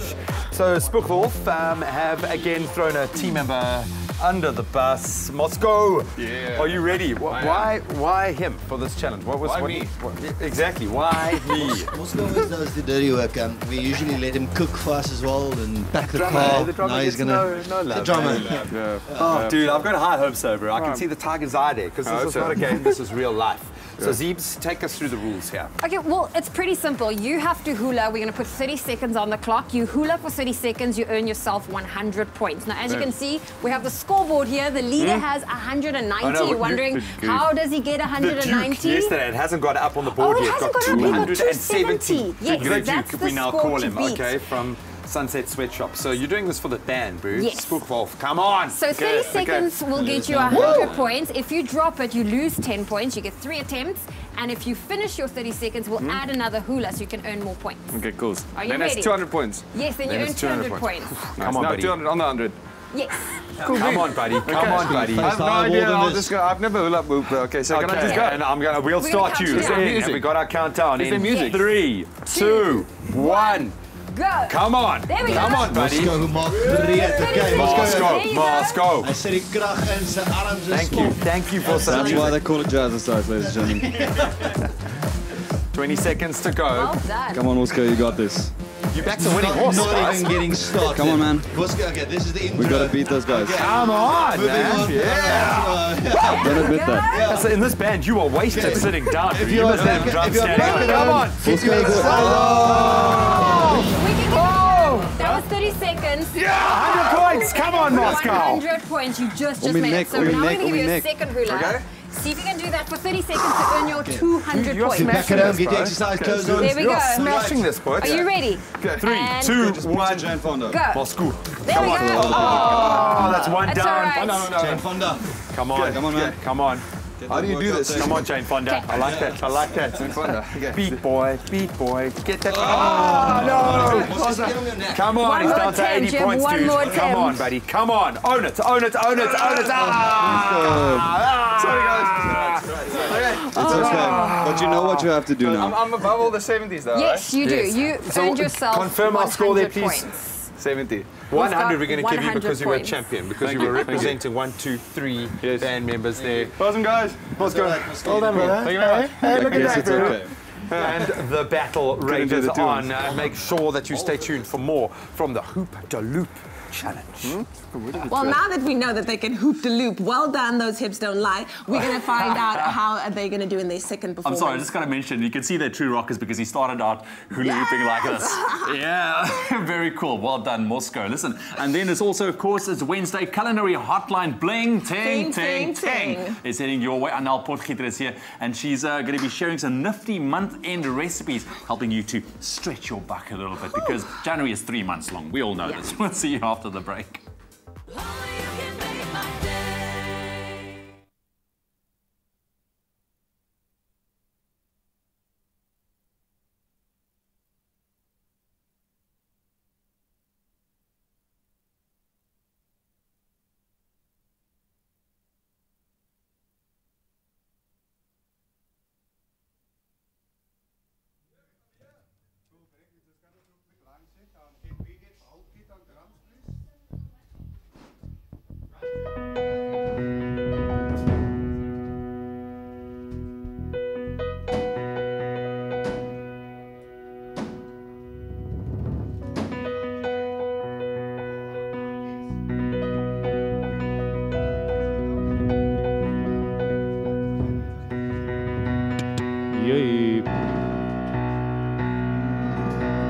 Hello, yeah. Sorry? No.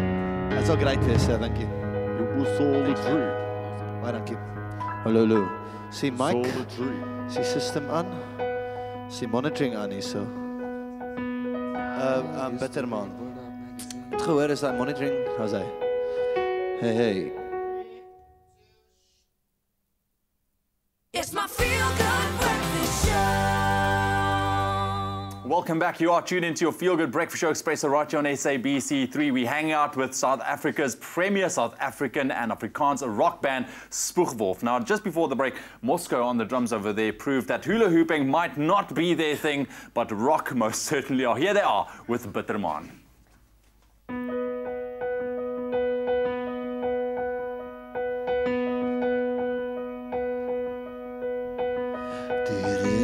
Ras harder as die lug verwarm my. Toe maar toe, ek het blomme gekoop.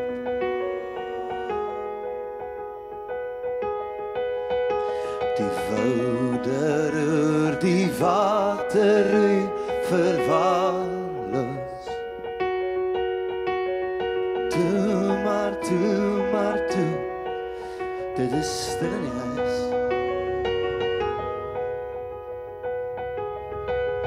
Ek is veilig onder jou plafond, met jou vreemde klanke en jou vreemde son. Ek is broos soos die waarheid verleen. Sê my waar is jou verliefde in. En ek sukkel om te staan en ek skreeuw nou, Bitterman. En die mense volg my waar ek gaan, Bitterman. Bitterman, was jy nou?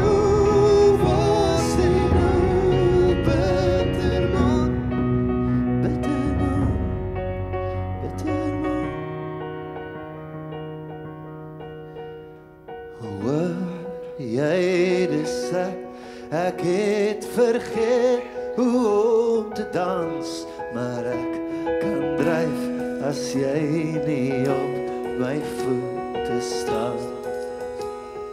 Die buite fokus reën maak patrone op die venster, verdwaalde druppels, ek is in my eie.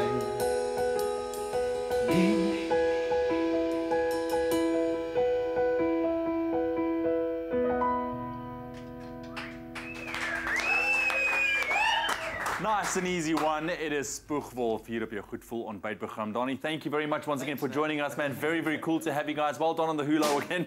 Moscow, oh, there we go. Give us a bit of a drum roll. Listen, this is incredible. So I know that you guys have probably been asked this question a million times over, but for those new fans, maybe who's watching for the very first time this morning, Spoegwolf. Crazy name. Yeah. Yeah, well, we didn't really know how it happened, but Chris and I, we were in the Transkei 2012, just 2012, just before we started, and yeah, we were sitting there in Coffee Bay, and we were like, Spoegwolf, that makes sense, and we wanted something that sounded dirty, and sounded, yeah, rock and roll, and didn't mean anything. That was very important for us. Okay, so it doesn't mean... No, yeah, like Coldplay doesn't mean anything, or Pink Floyd, which was our two biggest influences at that time, I think. Okay, Spoegwolf. But we're loving it. Clearly, your fans are loving it. Over the past couple of years as well, you guys have a brand new album that you've released last year, Die Donker Touring. We're going to be chatting to the guys still ahead this morning. Catch another exclusive performance live on Facebook just after the show, so don't miss that. In the meantime, let us know what you thought about that performance. I love it. The lyrics were awesome. The music is awesome. Spoegwolf live on your Feel Good Breakfast Show. In die nasionale nuus, huldeblyke stroom steeds uit alle dele van die wêreld in na die afsterwe gister van die jazzlegende Hugh Masekela. Die Masekela-familie het sy dood op 78 aan prostaatkanker bevestig. Hugh, soos hy alom bekend was, word as een van die pioniers van jazzmusiek in Suid-Afrika beskou, wat weens sy buitengewone talent internasionale roem verwerf het. Besonderhede van sy gedenkdiens en begrafnis is nog nie bekend nie. Die jong president Cyril Ramaphosa staan aan die hoof van 'n hoofvlak regeringsake en arbeidsafvaardiging by die jaarlikse Wêreldekonomiese Forum in Davos, Switserland, om Suid-Afrika se hernuwing en stryd teen korrupsie te bevorder. Die SA-afvaardiging sal die soeklig laat val op die werk wat die regering in samewerking met die sake en arbeidssektor verrig om beter ekonomiese vooruitsigte vir die RSA te verseker. Die forum loop Vrydag ten einde. Op die internasionale front die aardbewing met 'n seismiese meting van 8.2 het die suidkus van Alaska en die Kanadese Weskus geskit. Tsunami-waarskuwings is aanvanklik vir Kalifornië en die kusgebiede van Brits Columbia en Alaska uitgereik, maar is later herroep. Die Amerikaanse geologiese opnamediens sê die aardbewing se episentrum was in die Golf van Alaska 280 km suidoos van die dorp Kodiak. Geen beserings of sterftes is aangemeld nie. En dan ten slotte, Frankryk maak gereed vir nog oorstromings. Die reën dreig steeds om oor sy walle te stoot en die stygende sen het tot gevolg gehad dat talle treine tot stilstand gedwing is. Swaar reën het die afgelope dae in Frankryk voorgekom en etlike oorstromingswaarskuwings is uitgereik. Die sen wat regdeur die Franse hoofstad vloei, het reeds op talle plekke sy walle oorstroom en aaneenliggende parke en wandelpaaie staan onder water. Well, that was your 8 o'clock news update. Let's get a final look at what's happening in the world of sport. Here's Graham.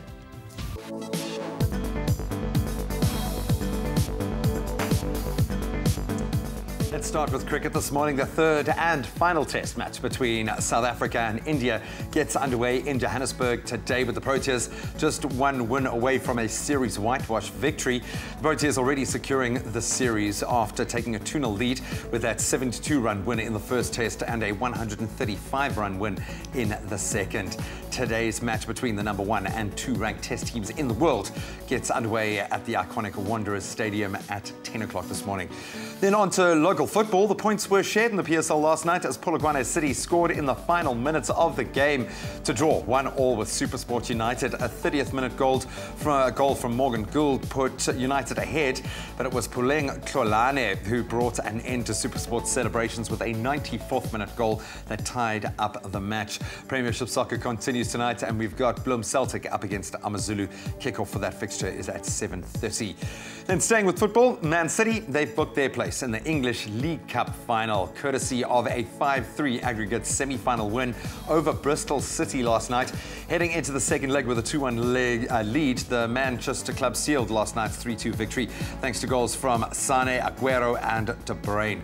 It's Man City's opponents in the final. They'll be decided tonight as old foes Arsenal host Chelsea, with the aggregate score tied up in a goalless draw. Then the top seeds again continue to exit down under. 2017's Wimbledon runner-up Marin Cilic, he progressed to the semi-finals of the Australian Open yesterday.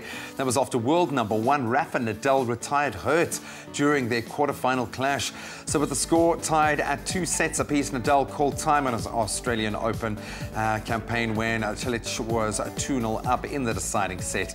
Now the results from yesterday: newcomer Kyle Edmund looking strong, Elise Mertens and Caroline Wozniacki, they all progressed to the last 4. And that's a wrap of your sport for this morning.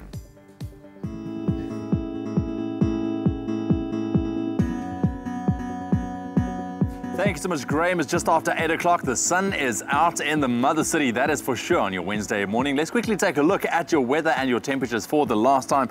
And it looks like a warm day across most parts of the country today, with thunder showers expected in the north and also for the KZN region, and partly cloudy conditions for the rest of the country. Your temperatures for last time this morning: Polokwane 19 minimum with the maximum 29, Mbombela 20, 32, Pretoria 17, 30, Johannesburg starting off on 15, reaching high of 27. Mahikeng at 20.31. Klerksdorp 17.29. Kimberley starting off on 17, reaching a hot maximum of 34 degrees. Bloemfontein 14.30. Richards Bay 22.32. Pietermaritzburg 17.29. Durban 23.27. Mthatha 16.24. East London 19.25. Cradock 15.28. Port Elizabeth 19.24. George today starting off on 14 with a maximum 21. Sutherland 11.22. Cape Town 16.24. Worcester 13.25. Springbok 12.26. And Uppington on a 19 minimum with a maximum of a nice and hot 34 degrees. And that's a wrap of your weather on your Feel Good Breakfast Show for your Wednesday morning. Oh, it's one of my favorite games, our emoji charades game. Time to find out the answer. Of course, it's a song, there's 2 words, and our 2 emojis. Let's see what it's all about. And we did tell you that it's by an award-winning essay duo. Can you figure out the emoji charades? And of course, a lot of people coming out here. Chesney, Honey, Martizi, Keenan, Zoe, wow, Philippine. Everybody getting it right. Mafiki Zolo. And of course, the answer being love potion. So well done to everybody getting that right. I love that we love our South African music. Let's continue to support.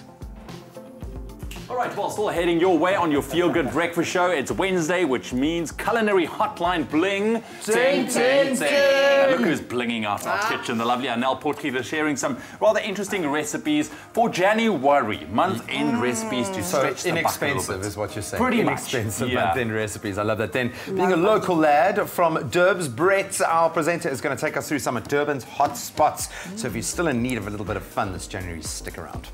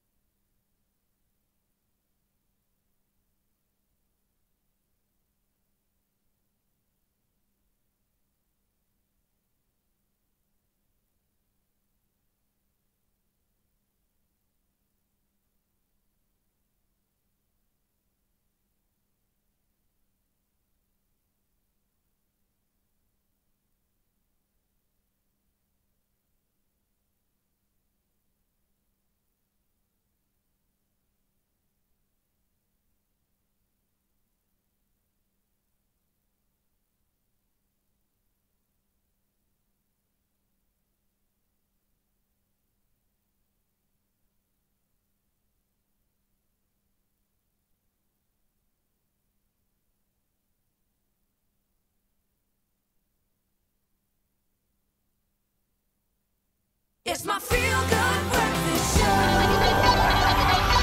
Call us on your cell phone. Culinary hotline bling. That can only mean one thing. Yes, it's Wednesday, and you know what that means. It's time for the culinary hotline bling. Ting, ting, ting. And there we go. Of course, our foodie expert is standing by to answer all of your burning foodie questions. And if you have any culinary questions, please feel free to call us live on 021-430-9881. We have the lovely Anel Potgieter in this week's culinary hotline. Anel, awesome to have you. Thank you very, very much. I love this culinary hotline because we are standing at the end of the month. A lot of people are like counting the cents at this stage. And also, if you at home have any tips or ideas on how to stretch your rand a little bit with regards to food and recipes, give us a call, 021-430-9881. All right, Anel, so I think let's start with proteins. The proteins, of course, the more expensive part of your meal, you know, to try and fit in at the end of the month. How can we save on buying meats to get that protein full? Yes, I think the biggest thing is, as you say, is the proteins wat die grootste gedeelte van your budget vat. Yes. So go for the toughest sections of the meat, because that is the least the least expensive. So it's goedkoper. Like your stewing beefs. Yeah, your stewing beefs and your neck and your sterte and daai goed is goedkoper. Then as well like whole, like chicken, buy a whole chicken. I looked yesterday, like a whole chicken is between say 40 and 50 rand a kilo. As soon as I start chopping it off and use labor around it, it goes to about 100 rand a kilo. So just chop it up yourself, you weet. And then another thing is like pork is also underutilized, like a big piece of pork. Ek het vir my en Riek Saterdag pork op 'n braai gehad. We had it Monday, Tuesday, and he had it in his lunchbox this morning. Oh, really? So all different pieces, and you just rework it, you know. Make so it can go fair. So, so focus on the cuts of meat that is less expensive, specifically towards this month. But that doesn't mean that you still can't eat nice. Yes. So what type of the recipes are we looking at here? We're looking at, because it has to be longer in the oven or longer cooked, so your casseroles, your soups, en dan ook stir fry. As jy jou flanksteak kry, jy klap hom 'n bietjie met 'n roller. Ja, and you make it, tenderize it yourself, and you cut it into strips. You can use it as a stir fry. And there is nothing wrong with the curry mince on toast. Mince is a big thing. It's delicious. Yes. You can't go wrong with it. Yes.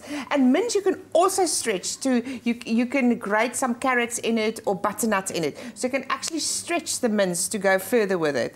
And so that is one of the things. Definitely. So what if you don't want to use meat, if maybe a meat alternative to help stretch your hand a little bit? That's actually cheaper. I looked last night again, a packet of lentils is about 20 rand. So if you use lentils or any pulses, beans, lentils, chickpeas, you can make beautiful dishes out of it. You can buy it in the tins, you can make a beautiful salad out of it. You can chuck chickpeas in the oven, you can and crisp it up, and it's a beautiful snack. And another thing is popcorn, just so by the way. As a snack, because it's so cheap. And you buy a packet of popcorn and it's cheap, just for a snack as well. I must say, I'm a big fan of lentils. And I've even used lentils to make like a lentil burger patty. Yes. Which is also phenomenal. And it's a great substitute for meat. You get your protein and you get your fiber, which is great, which you won't get them from the meat. En is lekker en goedkoop. Dis lekker en dis goedkoop. So once again, if you have any questions, Anel is standing by. Or if you want to share some tips as to how you save money with regards to the end of the month food problem that I think we all see. We've got a big one. Give us a call, 021-430-9881. Well, it's time for us to showcase a rather familiar face, that of Brett Colopy, who's one of our Joburg-based presenters. That's right. He's a former Durban boy that now resides in Joburg, but we asked him to show us around his favorite spots when he goes home to Durban.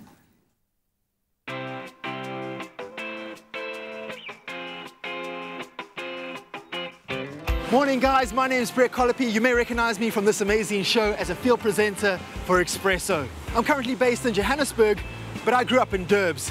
This used to be my playground. Let me show you around my hood.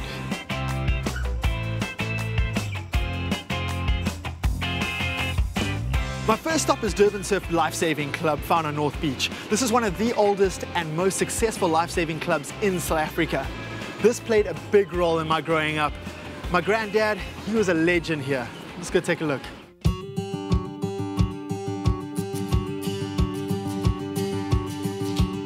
Durban Surf Lifesaving Club holds a lot of history, but something that's very close to my heart is this memorial wall of my granddad, Des Colopy. He was a legend here at Durban Surf, kind of known as the godfather of Durban Surf. He passed away in 2015, and he was an incredible man, an amazing waterman and all-round sportsman. He really did a lot. This was a big part of his life, and it's quite amazing to look back at the pictures and see all of his achievements. There's a lot to live up to.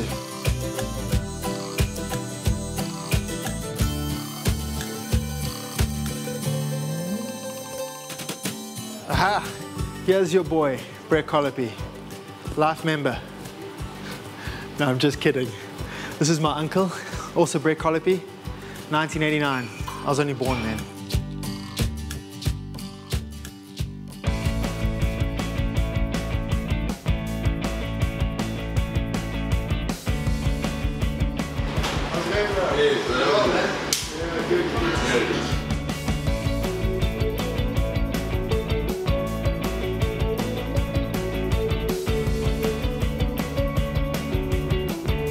This spot right here is the exact spot that Des used to sit at.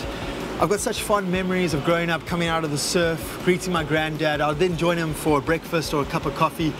Dares would be here every single day, no matter the weather. This was a big part of my growing up.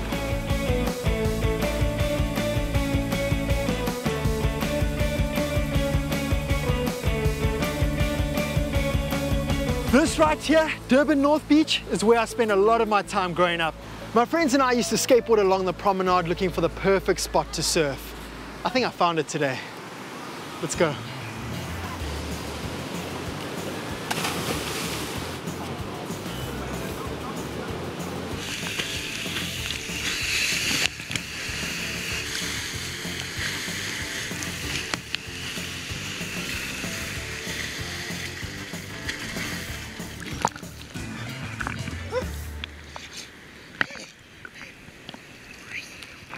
My third and final stop around my hood is the Deep Blue Fish Co. They're only 5 minutes from the beach, based in Durban North. And let me tell you a little secret. They have the freshest fish and chips in town. Good to see you, man. Good to see you too, man. Greggy, how you doing? Oh, good, right? Okay, guys, I'll have the usual. What I really love about this place is that it's a family-run business. Brothers Greg and Sean Woodcock are avid fishermen, and they've created the perfect one-stop shop. You get fresh fish, frozen seafood, hake and chips, and sushi. What more could you ask for?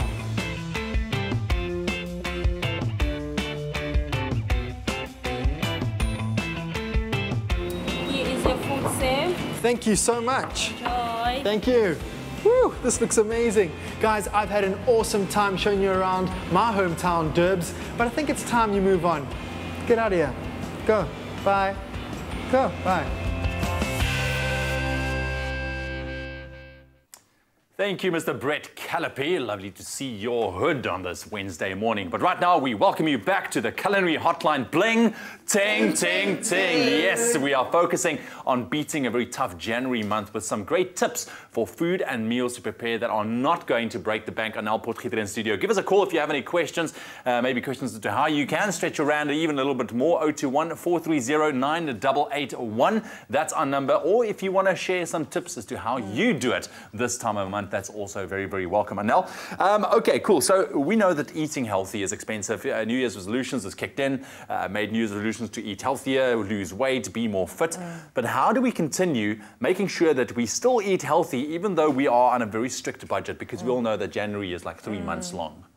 Yes, I think everybody is very carb conscious these days. Yes. So to cut out the carbs, I would say, and don't use too much potatoes or whatever, but is to add grains, full grains to your meat. Just whole grain, barley, wheat, and stuff like that. To add it to bulk up your pot that you are going to cook. So I think that is one of the good things. The other thing is also like fresh vegetables as well. Like if you can buy carrots, use it different way. You can. I bought like a whole box of tomatoes last week for 35 rand, and I did so many things. I ate the whole week. It was net tomatoes geëet, but it was only 35 rand. So it was beautiful. But look at carrots. You can make beautiful things with carrot. If you can buy carrots, a few carrots, like as jy 2 kilogram of 3 kilogram koop, you can bake them in the oven with cumin seeds, with olive oil. It's delicious. You can add it to a bit of potato, make like a potato and carrot mash with white pepper and loads of butter. Healthy, not healthy. And then you can puree it for your children. So it's really just using things in a very creative way. That's the thing. And you know what, talking about children, of course, I think a big challenge for parents out there is to make sure that kids get the right nutrients and vitamins and all of that in, especially when you are thinking about buying foods on a budget. Yes. I think it's about the cooking method. Don't boil it too much so all the nutrients kook weg nie. I think a very good method is like steaming or pureeing your methods. But NutriKids has also got like products on the market that will give you that foundation for your kids. Okay, so we have the Clover NutriKids, we have some full cream milk with some full cream milk powder, some drinking yogurt. So you get calcium, vitamins, iron, protein, 8 vitamins, 4 B vitamins, so definitely a lot of vitamins and minerals in there, which is a great substitute.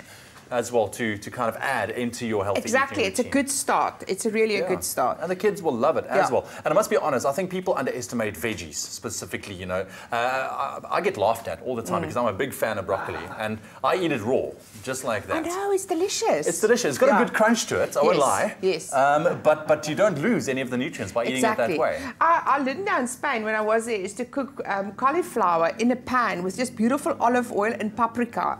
And you just actually braise it. It's the most delicious thing I've tasted in a very long time. So use your vegetables, Did the rain in Spain fall mainly on the plane? Yes. That's the Culinary Hotline. We're going to be back with Anel talking about how you can stretch your rand and still continue to eat healthy and delicious recipes in just a bit. NutriKids, good for mom, way better for kids. Made with love by Clover. Yes, we are getting thrifty. We want some help from you guys. Have you got any great tips on how we can keep the expenses down? Month end, January is probably the longest month of the year. It feels like a year. 021-430-9881. Come and join the Culinary Hotline conversation. That's right. And speaking of tips, we're also going to take a look at the do's and don'ts when it comes to hand washing your delicates and laundry. So don't get anywhere. We'll see you after the break.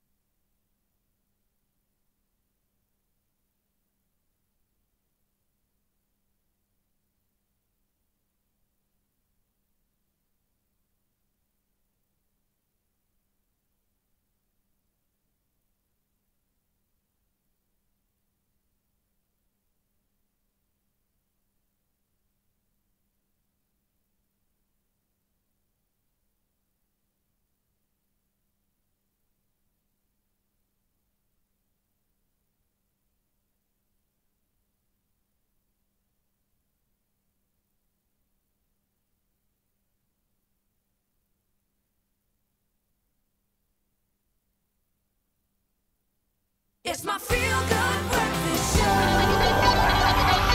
Call us on your cell phone. Culinary Hotline Bling. That can only mean one thing. Yeah, here we go. It's the Culinary Hotline Bling.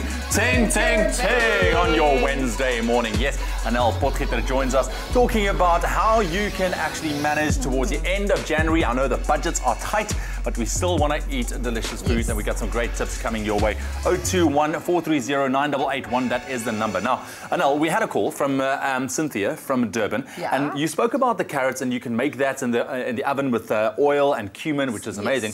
She asked, do you use expensive oils, or can you use your regular day-to-day kind of sunflower oil maybe? I think if you want to eat healthy, buy olive oil, a good olive oil. It's going to last you for 3-4 months. Okay. But at least you know you're getting in the right oil. Okay. Put it that way. Okay. You know, so I would prefer using olive oil with it instead of normal cooking oil. But can you? You can. Okay. You can if you want to. Okay, what about like blended olive oil? Yes, definitely blend it with seed Because that oil. is a You bit can cheaper, definitely blend it with seed oil. You can use with that, All right, cool. Well, there we go, Cynthia. That's healthier and cheaper. Now we have another caller from Durban. Wendy, good morning. Hello. Hi, good morning. Lovely, lovely Wendy. Happy New Year, first and foremost. We'll say that for the entire January.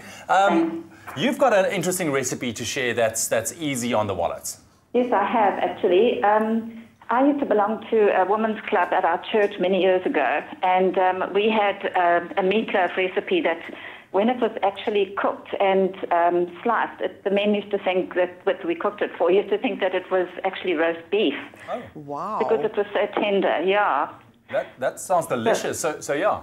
It's very easy. It's actually very versatile because you take your mince, say a kilo of mince, you layer it out into like a rectangle, roll it out, sort of flatten it, and you can cover it with grated cheese, bacon, ham, feta, anything that you like, and salt and pepper, obviously. So you first mix your mince with some grated onion and an egg and so on, and then you layer what you want on it, and then you roll it up. Wow. And you lay it on some foil, obviously, and then you roll it up and you put it into a loaf pan. Okay. And you bake it at about 180 for, say, half an hour, 3/4 of an hour. And out you've got this lovely roll of mince, and then you can have hot or cold. It's delicious served hot or cold. Definitely easy on the wallet. Thank you very much for sharing that. You actually made me hungry now. I'm going to go home and try that. I'm salivating. Thank you, Wendy. Gosh. That sounds delicious. But once again, like you've proven, using mince to kind of stretch it and make something delicious and still stay within your budget. Yeah, and I think the little bit of ham and cheese also were just lying in your fridge, perhaps. You don't have to go and buy it. So use stuff that's in your fridge. And if you don't have cheddar cheese, use whatever little bit of cheese you've got in there. Wow. And I like the idea that she's flavouring the meat, beforehand. Because you need to flavour it with onion or parsley or some other flavouring, the mince before. It sounds amazing. Sounds amazing. Oh, I can just, some cheese, some bacon, some green peppers in there as well. Some salt, pepper, maybe some paprika would be great as well. Wow. Ali. Wendy, ek is nou honger. Ek is nou baie honger. Give us a call. We have one more segment left with Anel, 021-430-9881 if you want to share an interesting recipe that you have found to save your bucks. Yes, well, we are just talking about these amazing, amazing opportunities. I do a lot of hand washing, okay, and I've got a lot of tips as well. And I know, Lee, you've got those beautiful items, some delicate things that you want to make sure that they go the distance, and you don't want to throw them in with a big wash. So hand washing is also a nice way of saving water because washing machines use a ton of water. Exactly. So it's time for our How to Shine with Mac time. Make every Wednesday your wash day and keep your clothes looking new for longer as we share the biggest do's and don'ts when hand washing your laundry. So we've covered the importance of sorting your colors and fabrics before washing, and it's really helped me a lot. But we haven't touched on how vital it is to use the right water temperature. So here it is. The best water temperature for hand washing is around 20 to 30 degrees Celsius.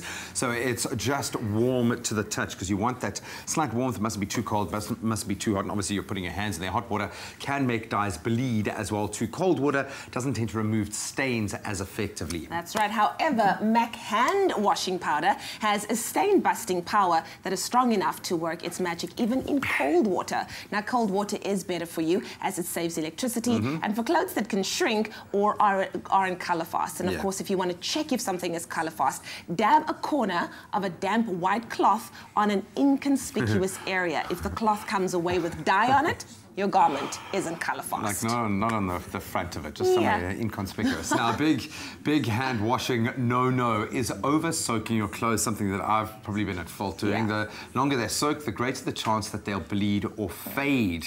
And often the size of the garment can change as well. And also things like glues and embellishments like beads have a better chance of breaking down if they are soaked for too long. MAC has a very high active formula, so it's super strong and foamy and works hard on tough stains and does it pretty quickly, so you don't have to worry about soaking for too long. Exactly. And then last but not least, just because a clothing label reads dry clean doesn't mean it can't be hand washed, especially if it's made of natural fibers. Fibers like wool, silk, rayon, bamboo and linen can usually tolerate hand washing. Now, when hand washing, dip delicates into a solution of lukewarm water and a mild detergent like MAC, then swish for a couple of minutes, swish, and then drain soapy water, rinse items until water runs clear, then you gently squeeze out the excess water. Do not wring or your clothes will lose its shape. Instead, reshape the clothing flat on a towel, roll up, pressing out the excess water. And then, of course, leave to dry on a towel or hang on a drying rack. Yeah, you got to get your technique down. It's absolutely important. Gone are the days of like raking your clothes on a rock, okay? You want to keep them as beautiful and new looking as possible. Now that you know Mac makes your wash day that much easier, and we're making it super easy, in fact, by giving away a Mac hamper that is jam-packed with goodies every week. To stand a chance of winning, you've got to SMS the keyword Mac to 33728. SMS is going to cost you just R1.50. No free SMSs, and all those terms and conditions can be found on expressoshow.com. This giveaway ends at midnight this Friday. I'm gonna let it shine. Let it shine. For brilliantly clean whites and colors, Mac makes it easy for you to shine. Shine on.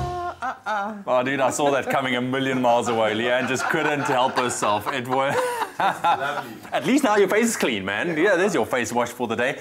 Listen, one last time, back with Anel Putkita right now. It's our culinary hotline. Bling, ting, ting, ting. Here we go, yes, talking about how you can stretch your buck using rather interesting ingredients and also still eating healthy and deliciously. So, Anel, you've gave us some great tips, all right?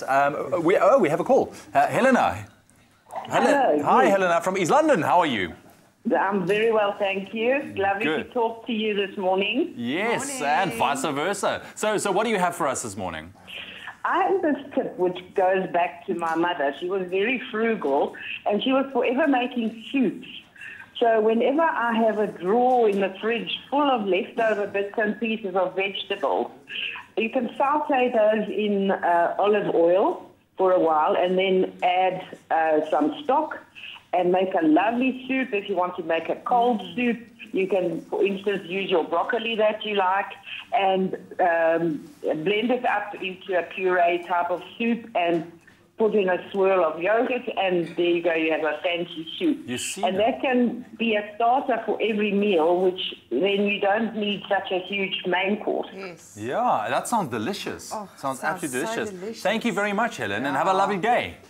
Thank you. You too. Bye. Once again, Helen, just proving that vegetables, is the go-to, especially at the end of the month. They're healthy, they're rich in nutrients as well. You've got an interesting recipe. So if somebody wants to make a recipe from scratch, but still want to stick to their budget, what advice do you have? I just want to say the cooked vegetables, like baked veggies that you find in the shop that's already, it's so expensive. And so much more satisfying making your own. And the easy way is just to take a bit of Nutri-Mix milk. You can just mix that. All right, Oops, that's all good. Yeah. You add a bit like a cup of that, and then you add a bit of maizena, or corn flour, and then you can flavor this with paprika, with cheese, with whatever you want to do. And then you just add your veggies. Oops, daar gaat hy. Add your veggies to your bowl. You cut the carrots up, but I'm just going to chuck them in like that. They're going to soften up anyways. Yeah, they're going to soften up. You pour this over it, and you add a bit of grated cheese, and you're going to have a lovely veggie bake. Very simple, very easy, and very cheap. Is that all the liquid you need, or would you? No, you're going to add a bit more. Ja, vir hierdie is nou baie groot bakkie. Ek sê so 2 koppies, so halfpad. Okay, so it just needs to sit in the liquid. Yes. And then you bake that in the oven, and you have a delicious meal. Yeah. Add a bit of seasoning, and Bob's your uncle. And Bob is your uncle. Yes. Okay. Anel, thank you very much for sharing all these wonderful ideas. I mean, I know that January is a big stretch for a lot of people. We can all feel the pinch, but if you have knowledge and ingredients like these, you can survive. Yeah, I just We're survivors. Buy cheaper proteins and go for fresh vegetables. Yes, that don't is the basic. underestimate lentils.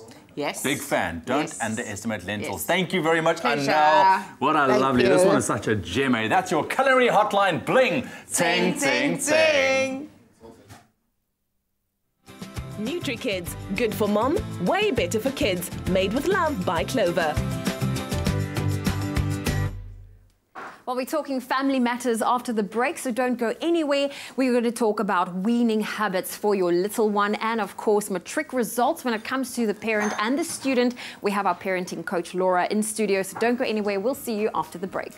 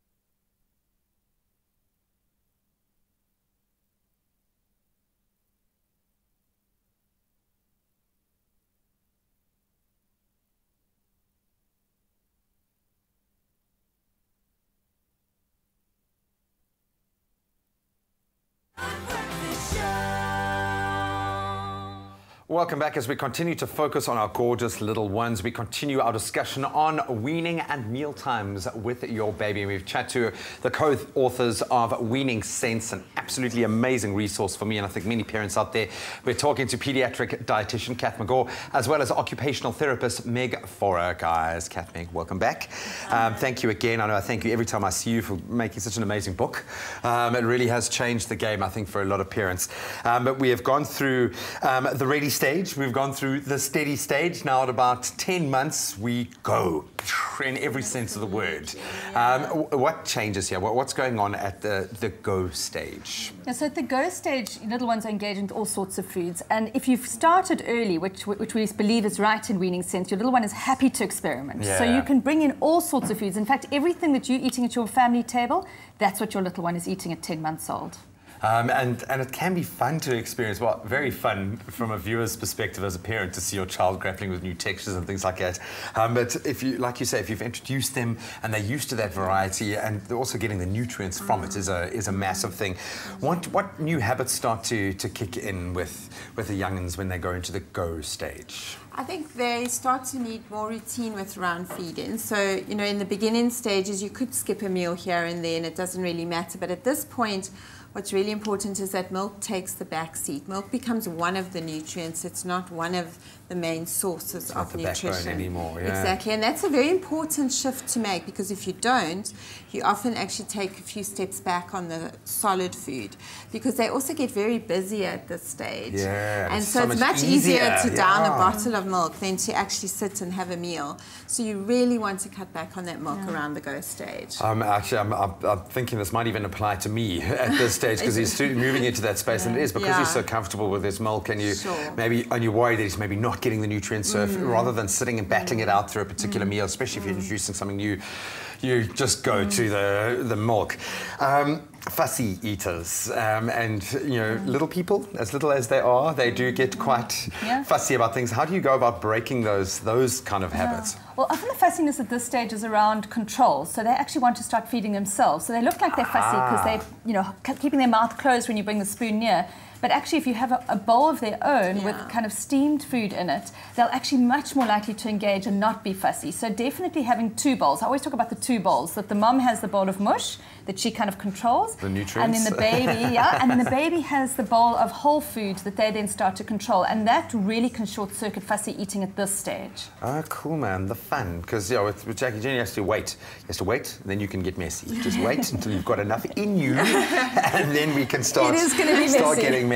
I think the social, just to add, the social aspect is really important. It's really important that the child becomes part of social eating at this stage because eating in isolation when you realize what the world actually involves is actually very boring. Yeah. And so that also makes eating very fussy because they just want to get through it so that they can engage with the world. Play again. Yeah.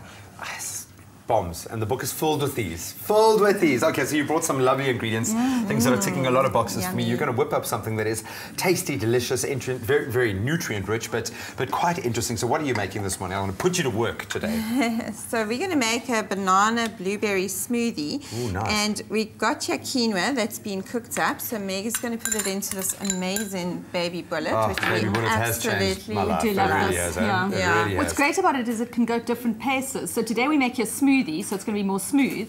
But if you wanted to make something more chunky, then you can just pulse it. Texture, So it's really nice. Now, we're glossing over the fact what makes it really amazing is they've got little faces on everything. That's ultimately very cute. That's actually what it's all about. If you want to, you can also use oats. So it doesn't just have, but quinoa is a very nice grain. It's rich in protein and it's wonderful. So some banana in a smoothie. What's a smoothie without banana? 100%. Blueberries, one of our superfoods with all the wonderful antioxidants. Full of nutrients. Full of nutrients. And this is almond nut butter, so densely packed with calories. You know, for those little ones that have these tiny tummies, that's the type of calories you want to get in. Because I'm not actually eating a huge amount, you want to make sure everything's calorie full. If your child has a nut allergy at this stage that you're aware of, then you could replace this to get the same calories with like coconut fat. Then you've got some lovely full cream or double cream yogurt. It's plain plain. If your child again has a dairy issue, you can use some soya yogurt.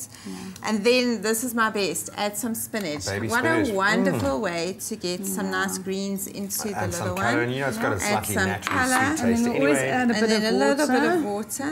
Pouring that way, yeah. That's cool. Beautiful. And then we blitz it up. Yeah.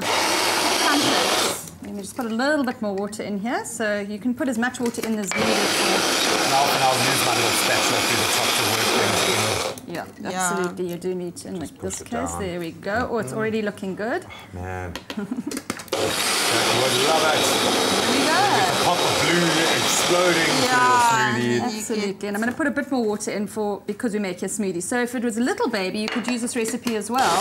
And then you would just add less water and it would be a puree.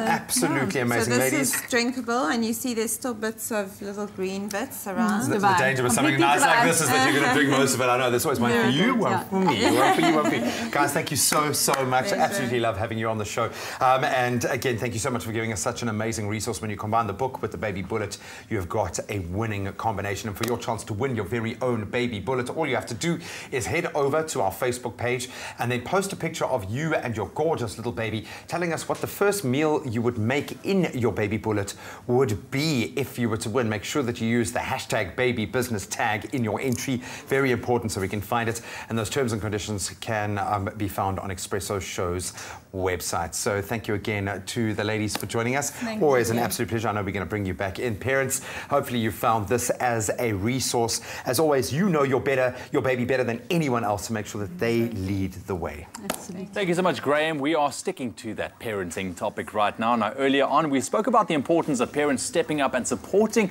their children, especially when they are receiving their matric results. And we're continuing that conversation right now with our parent coach, Laura. Laura, lovely to have you back. Nice to see you again.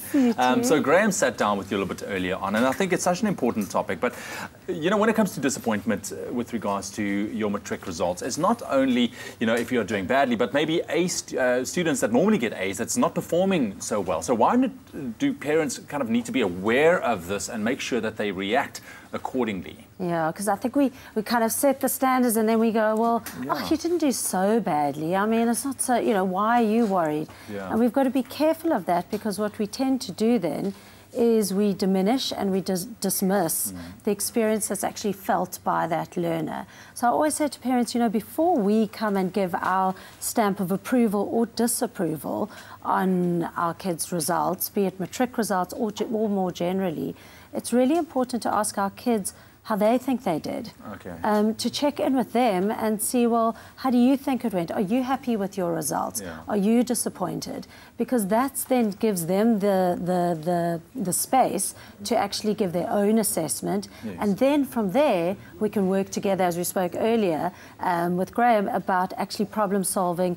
Okay, now what? What can we do to either pick your marks up or deal with the disappointment? And I mean, if they do come home with unfavourable results, I mean, it's all good and well for the parents to turn up the pressure a little bit, but as long as it's done in a positive manner, I'm sure. Yeah, so we've got because I think there's a lot of fear around those matric results, and oh my goodness, what are my parents going to say? I didn't do too well, because there's a lot of drive at home. Yeah, and obviously as parents, you know, I don't think it's our role to just kind of sit back and go, well, off you go and do. We do need to be there supporting them both emotionally, practically, all those sorts of things, but in a balanced way, so that we are saying, you know, these are your, you know, these are your matric exams, and things need to kind of get sorted so that you can study to the best of your ability.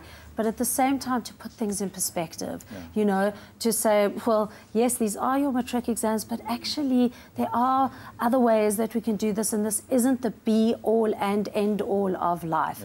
And I think it's really important for us and our kids to put that in perspective, because there are ways that we can support them if they're struggling. There are ways that if they haven't done as well as they wanted to, or they've failed, that they can do things differently next time. But what's most important is that they're able to identify where they struggled and what went wrong, because from there then we've got a base that we can work from. Once again, that comes from a conversation point of view. Let's flip it around quickly. What do you advise parents not to do if they are unhappy with the results? Yeah, so I mean, you know, obviously, and I say this kind of with a pinch of salt, is yeah, control yourself. Do not lose the plot. And I say that because, you know, it's better for our kids when those results comes, and we are talking a little bit after the fact now because they've happened, but to really try and keep your perspective, take a deep breath. Remember that this isn't going to be the end of everything. And then most importantly is if you have lost the plot, I always say, you know, there's a lot of reparative and restorative power in going back and saying, listen, you know, sure, I lost it there. I know I did. It probably wasn't the most helpful way to be responding to you. I'm taking a deep breath. Sorry about my overreaction. I catastrophized the situation. Let's think about what we can do differently. So I really think it is about keeping our emotions in check and not trying to make our children put them right down so that their self-esteem is absolutely lost, because often when we do that, kids stagnate and they get stuck and they get lost. And so what we want to do is rather be giving them support so that they can move through whatever they're going through. Facilitate growth. Thank you very much, Laura, for giving us advice. And I think after this chat, especially matric learners that may be watching in the future is going to come home and is like, Mom and Dad, just take a deep breath. All right, remember what Laura said. But all in all, for all the parents and the matrics, have a brilliant 2018. Study hard. I think a lot of people are going to be taking a deep breath this weekend, whether they're interested in what's going on in the track, what's happening with the bookies. A huge amount going on at the 2018 Met, South Africa's richest race. And this morning stepping in is MJ Bellevold, one of the jockeys who I'm trying to figure out if he's nervous or not, or if this is just another day, another race. MJ, thank you so much for joining us. You know, as cool, calm and collected as you are, I know that you guys are cool customers, that you have to be because you work in such an adrenaline fueled space, but this has got to feel like a big day. Surely the Met has to be a special day for a rider. Yeah, most definitely. I mean, we obviously race all year round, and we don't always get the big crowds, but at the Met there's a big crowd. It's like a Queen's Plate, but the Met is always special. All these big races, there's a little bit extra added pressure to it. Your friends, your family, everyone comes and watches, and when you get to the track there's thousands of people, so it's very good to have the crowds around, but there's obviously a little bit of extra pressure to it. Does that elevate your performance? Do you go into a zone in that space, or do you find having that kind of atmosphere kicks you up a gear? Yeah, I think it's before you obviously feel a little bit of pressure and things like that, the adrenaline starts going, but once I get on the horse then it's just you get in your own world and don't worry about the crowds around you until you go past the winning post. And you're on a beautiful lady this weekend, Nightingale. You've got, I would imagine, an incredible connection with the horse while you are racing. I know you do tend to work with a lot of different animals, but how important is that click? What does the jockey do? What does the horse do? Break it down for us. I think a lot of people ask that question. For me, my personal opinion, I think a jockey's probably got 10% of the responsibility. It's not their fault, hey? It's not their fault. You're not gonna beat the Ferrari with a Volkswagen Beetle, so you still need a horse underneath you. But yeah, there are jockeys that can make a difference, and for me, it's 10% that little extra that you need to have to make that difference. How does it work? For instance, a horse like Nightingale, how do you get the best out of her? Well, we're fortunate to try and ride them in the mornings, and you work with a trainer that trains them, and then obviously there's quite a lot of tactics behind it, and that's where the jockeys come in. Some horses really enjoy their way of racing, and you've got to read the pace in the race, and it basically boils down to tactics. If they ask you to do a certain thing in a race, and you just got to try and perform what they ask of you, and you need to obviously know a little bit of the history of the horse. But once you're out there, the gates open, it's a different ball game. Yeah, you've got to roll with the punches. How do you get to the level where you are? What has allowed you to take that step up to become a world class? We've got a lot of a lot of young jockeys in South Africa. How do you take that step? What's made the difference for you? What makes you a brilliant jockey, do you think? For me, it's like any sportsman. You got your ability. To me, it's just either you got it, the knack of being a jockey or not. Any sportsman, like a rugby player as well. But behind that also comes a lot of hard work. For me, a lot of hard work is worked out. I've put my head down and really, not just physical training, but actually the work in the mornings at track has made the difference for me. For some guys, it's just plain talent. You get on a horse and they'll work with him. But yeah, as I said, for me, it was just work and getting to know the horses. You know, all of this, most people out there are saying absolute nonsense because they want to know one thing and one thing only. Who are the fiercest competitors out there? Who are you going to be watching? I know you've said the gents, the boys are looking quite strong in this field. Yeah, most definitely. The wage conditions have changed this year, and it favours the horses with the better ratings. So obviously Legal Eagle and Anton Marcus is favourite. The top three is Legal Eagle, Marina Resco, I think is also the big chance. And then right at the bottom of the weights is a young filly, Susanna, that she's got 51.5 on her back. Very, very good jockey and Grant van Niekerk riding her, and I think she'll be quite competitive. But the boys are normally a bit stronger, and the weights are definitely favouring him. And hopefully I can get my lady to run in the first 4. I absolutely love it. Good value there. Very good Definitely. value there, sir. Thank you so much. Oh, Susanna, I can just imagine people screaming that on the other side of the track. But Nightingale, one to watch. Thank you so much, sir, and stay safe out there. Thanks very much, and thanks for having me on the show. And everyone who's going to the Met this weekend, have a blast, party safe.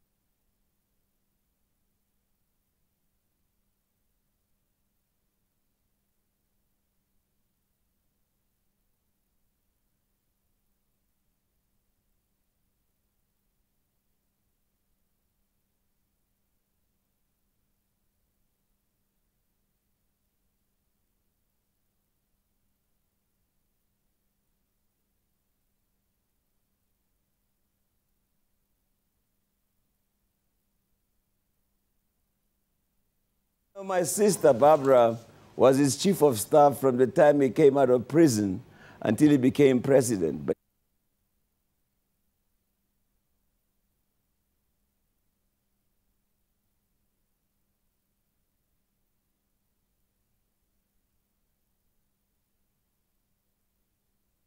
It's my feel-good breakfast show.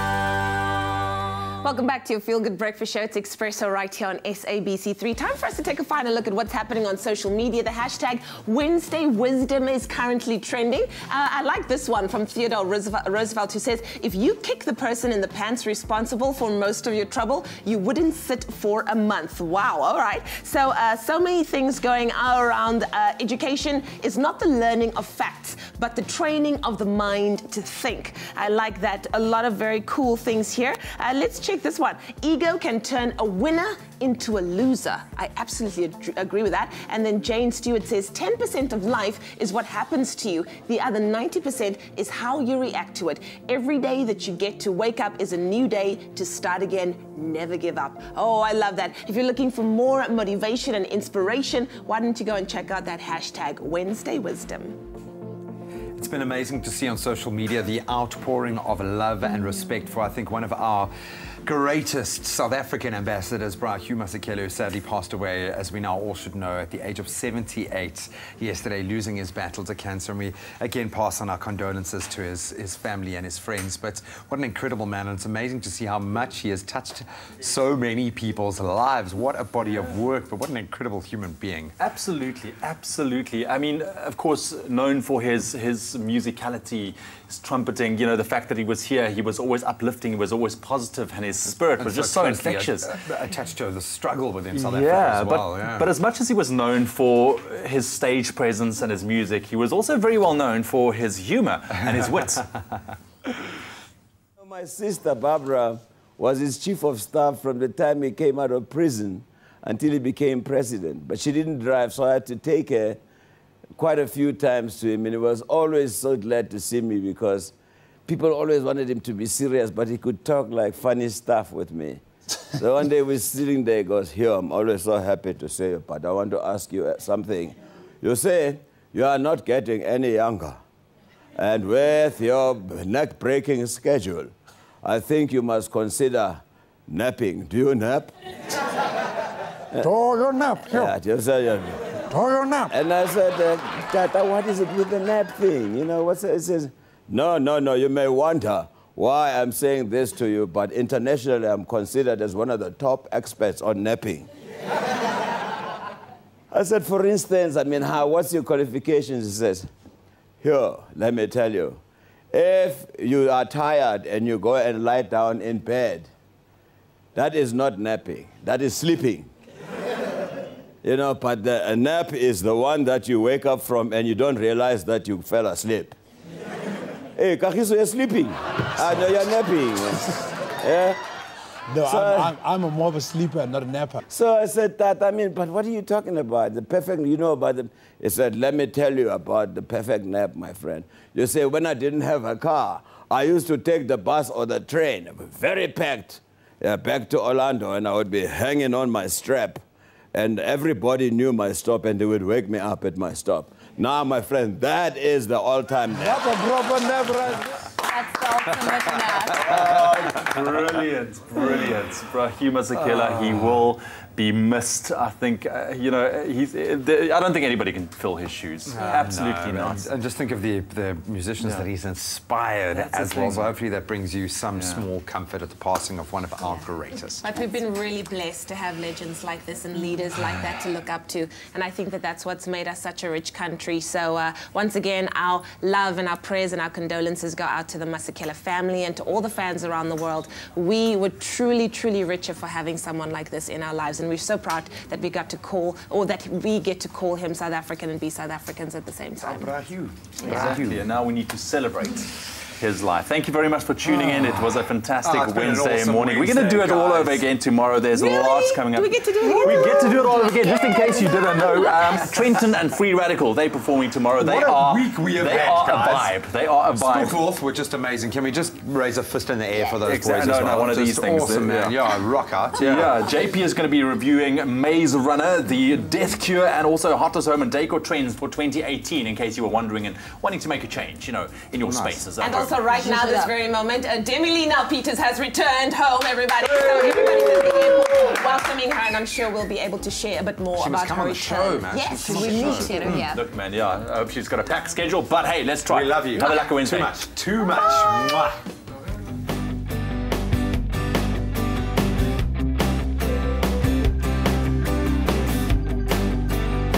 Expresso Morning Show, made with love by Clover. Another feel-good production.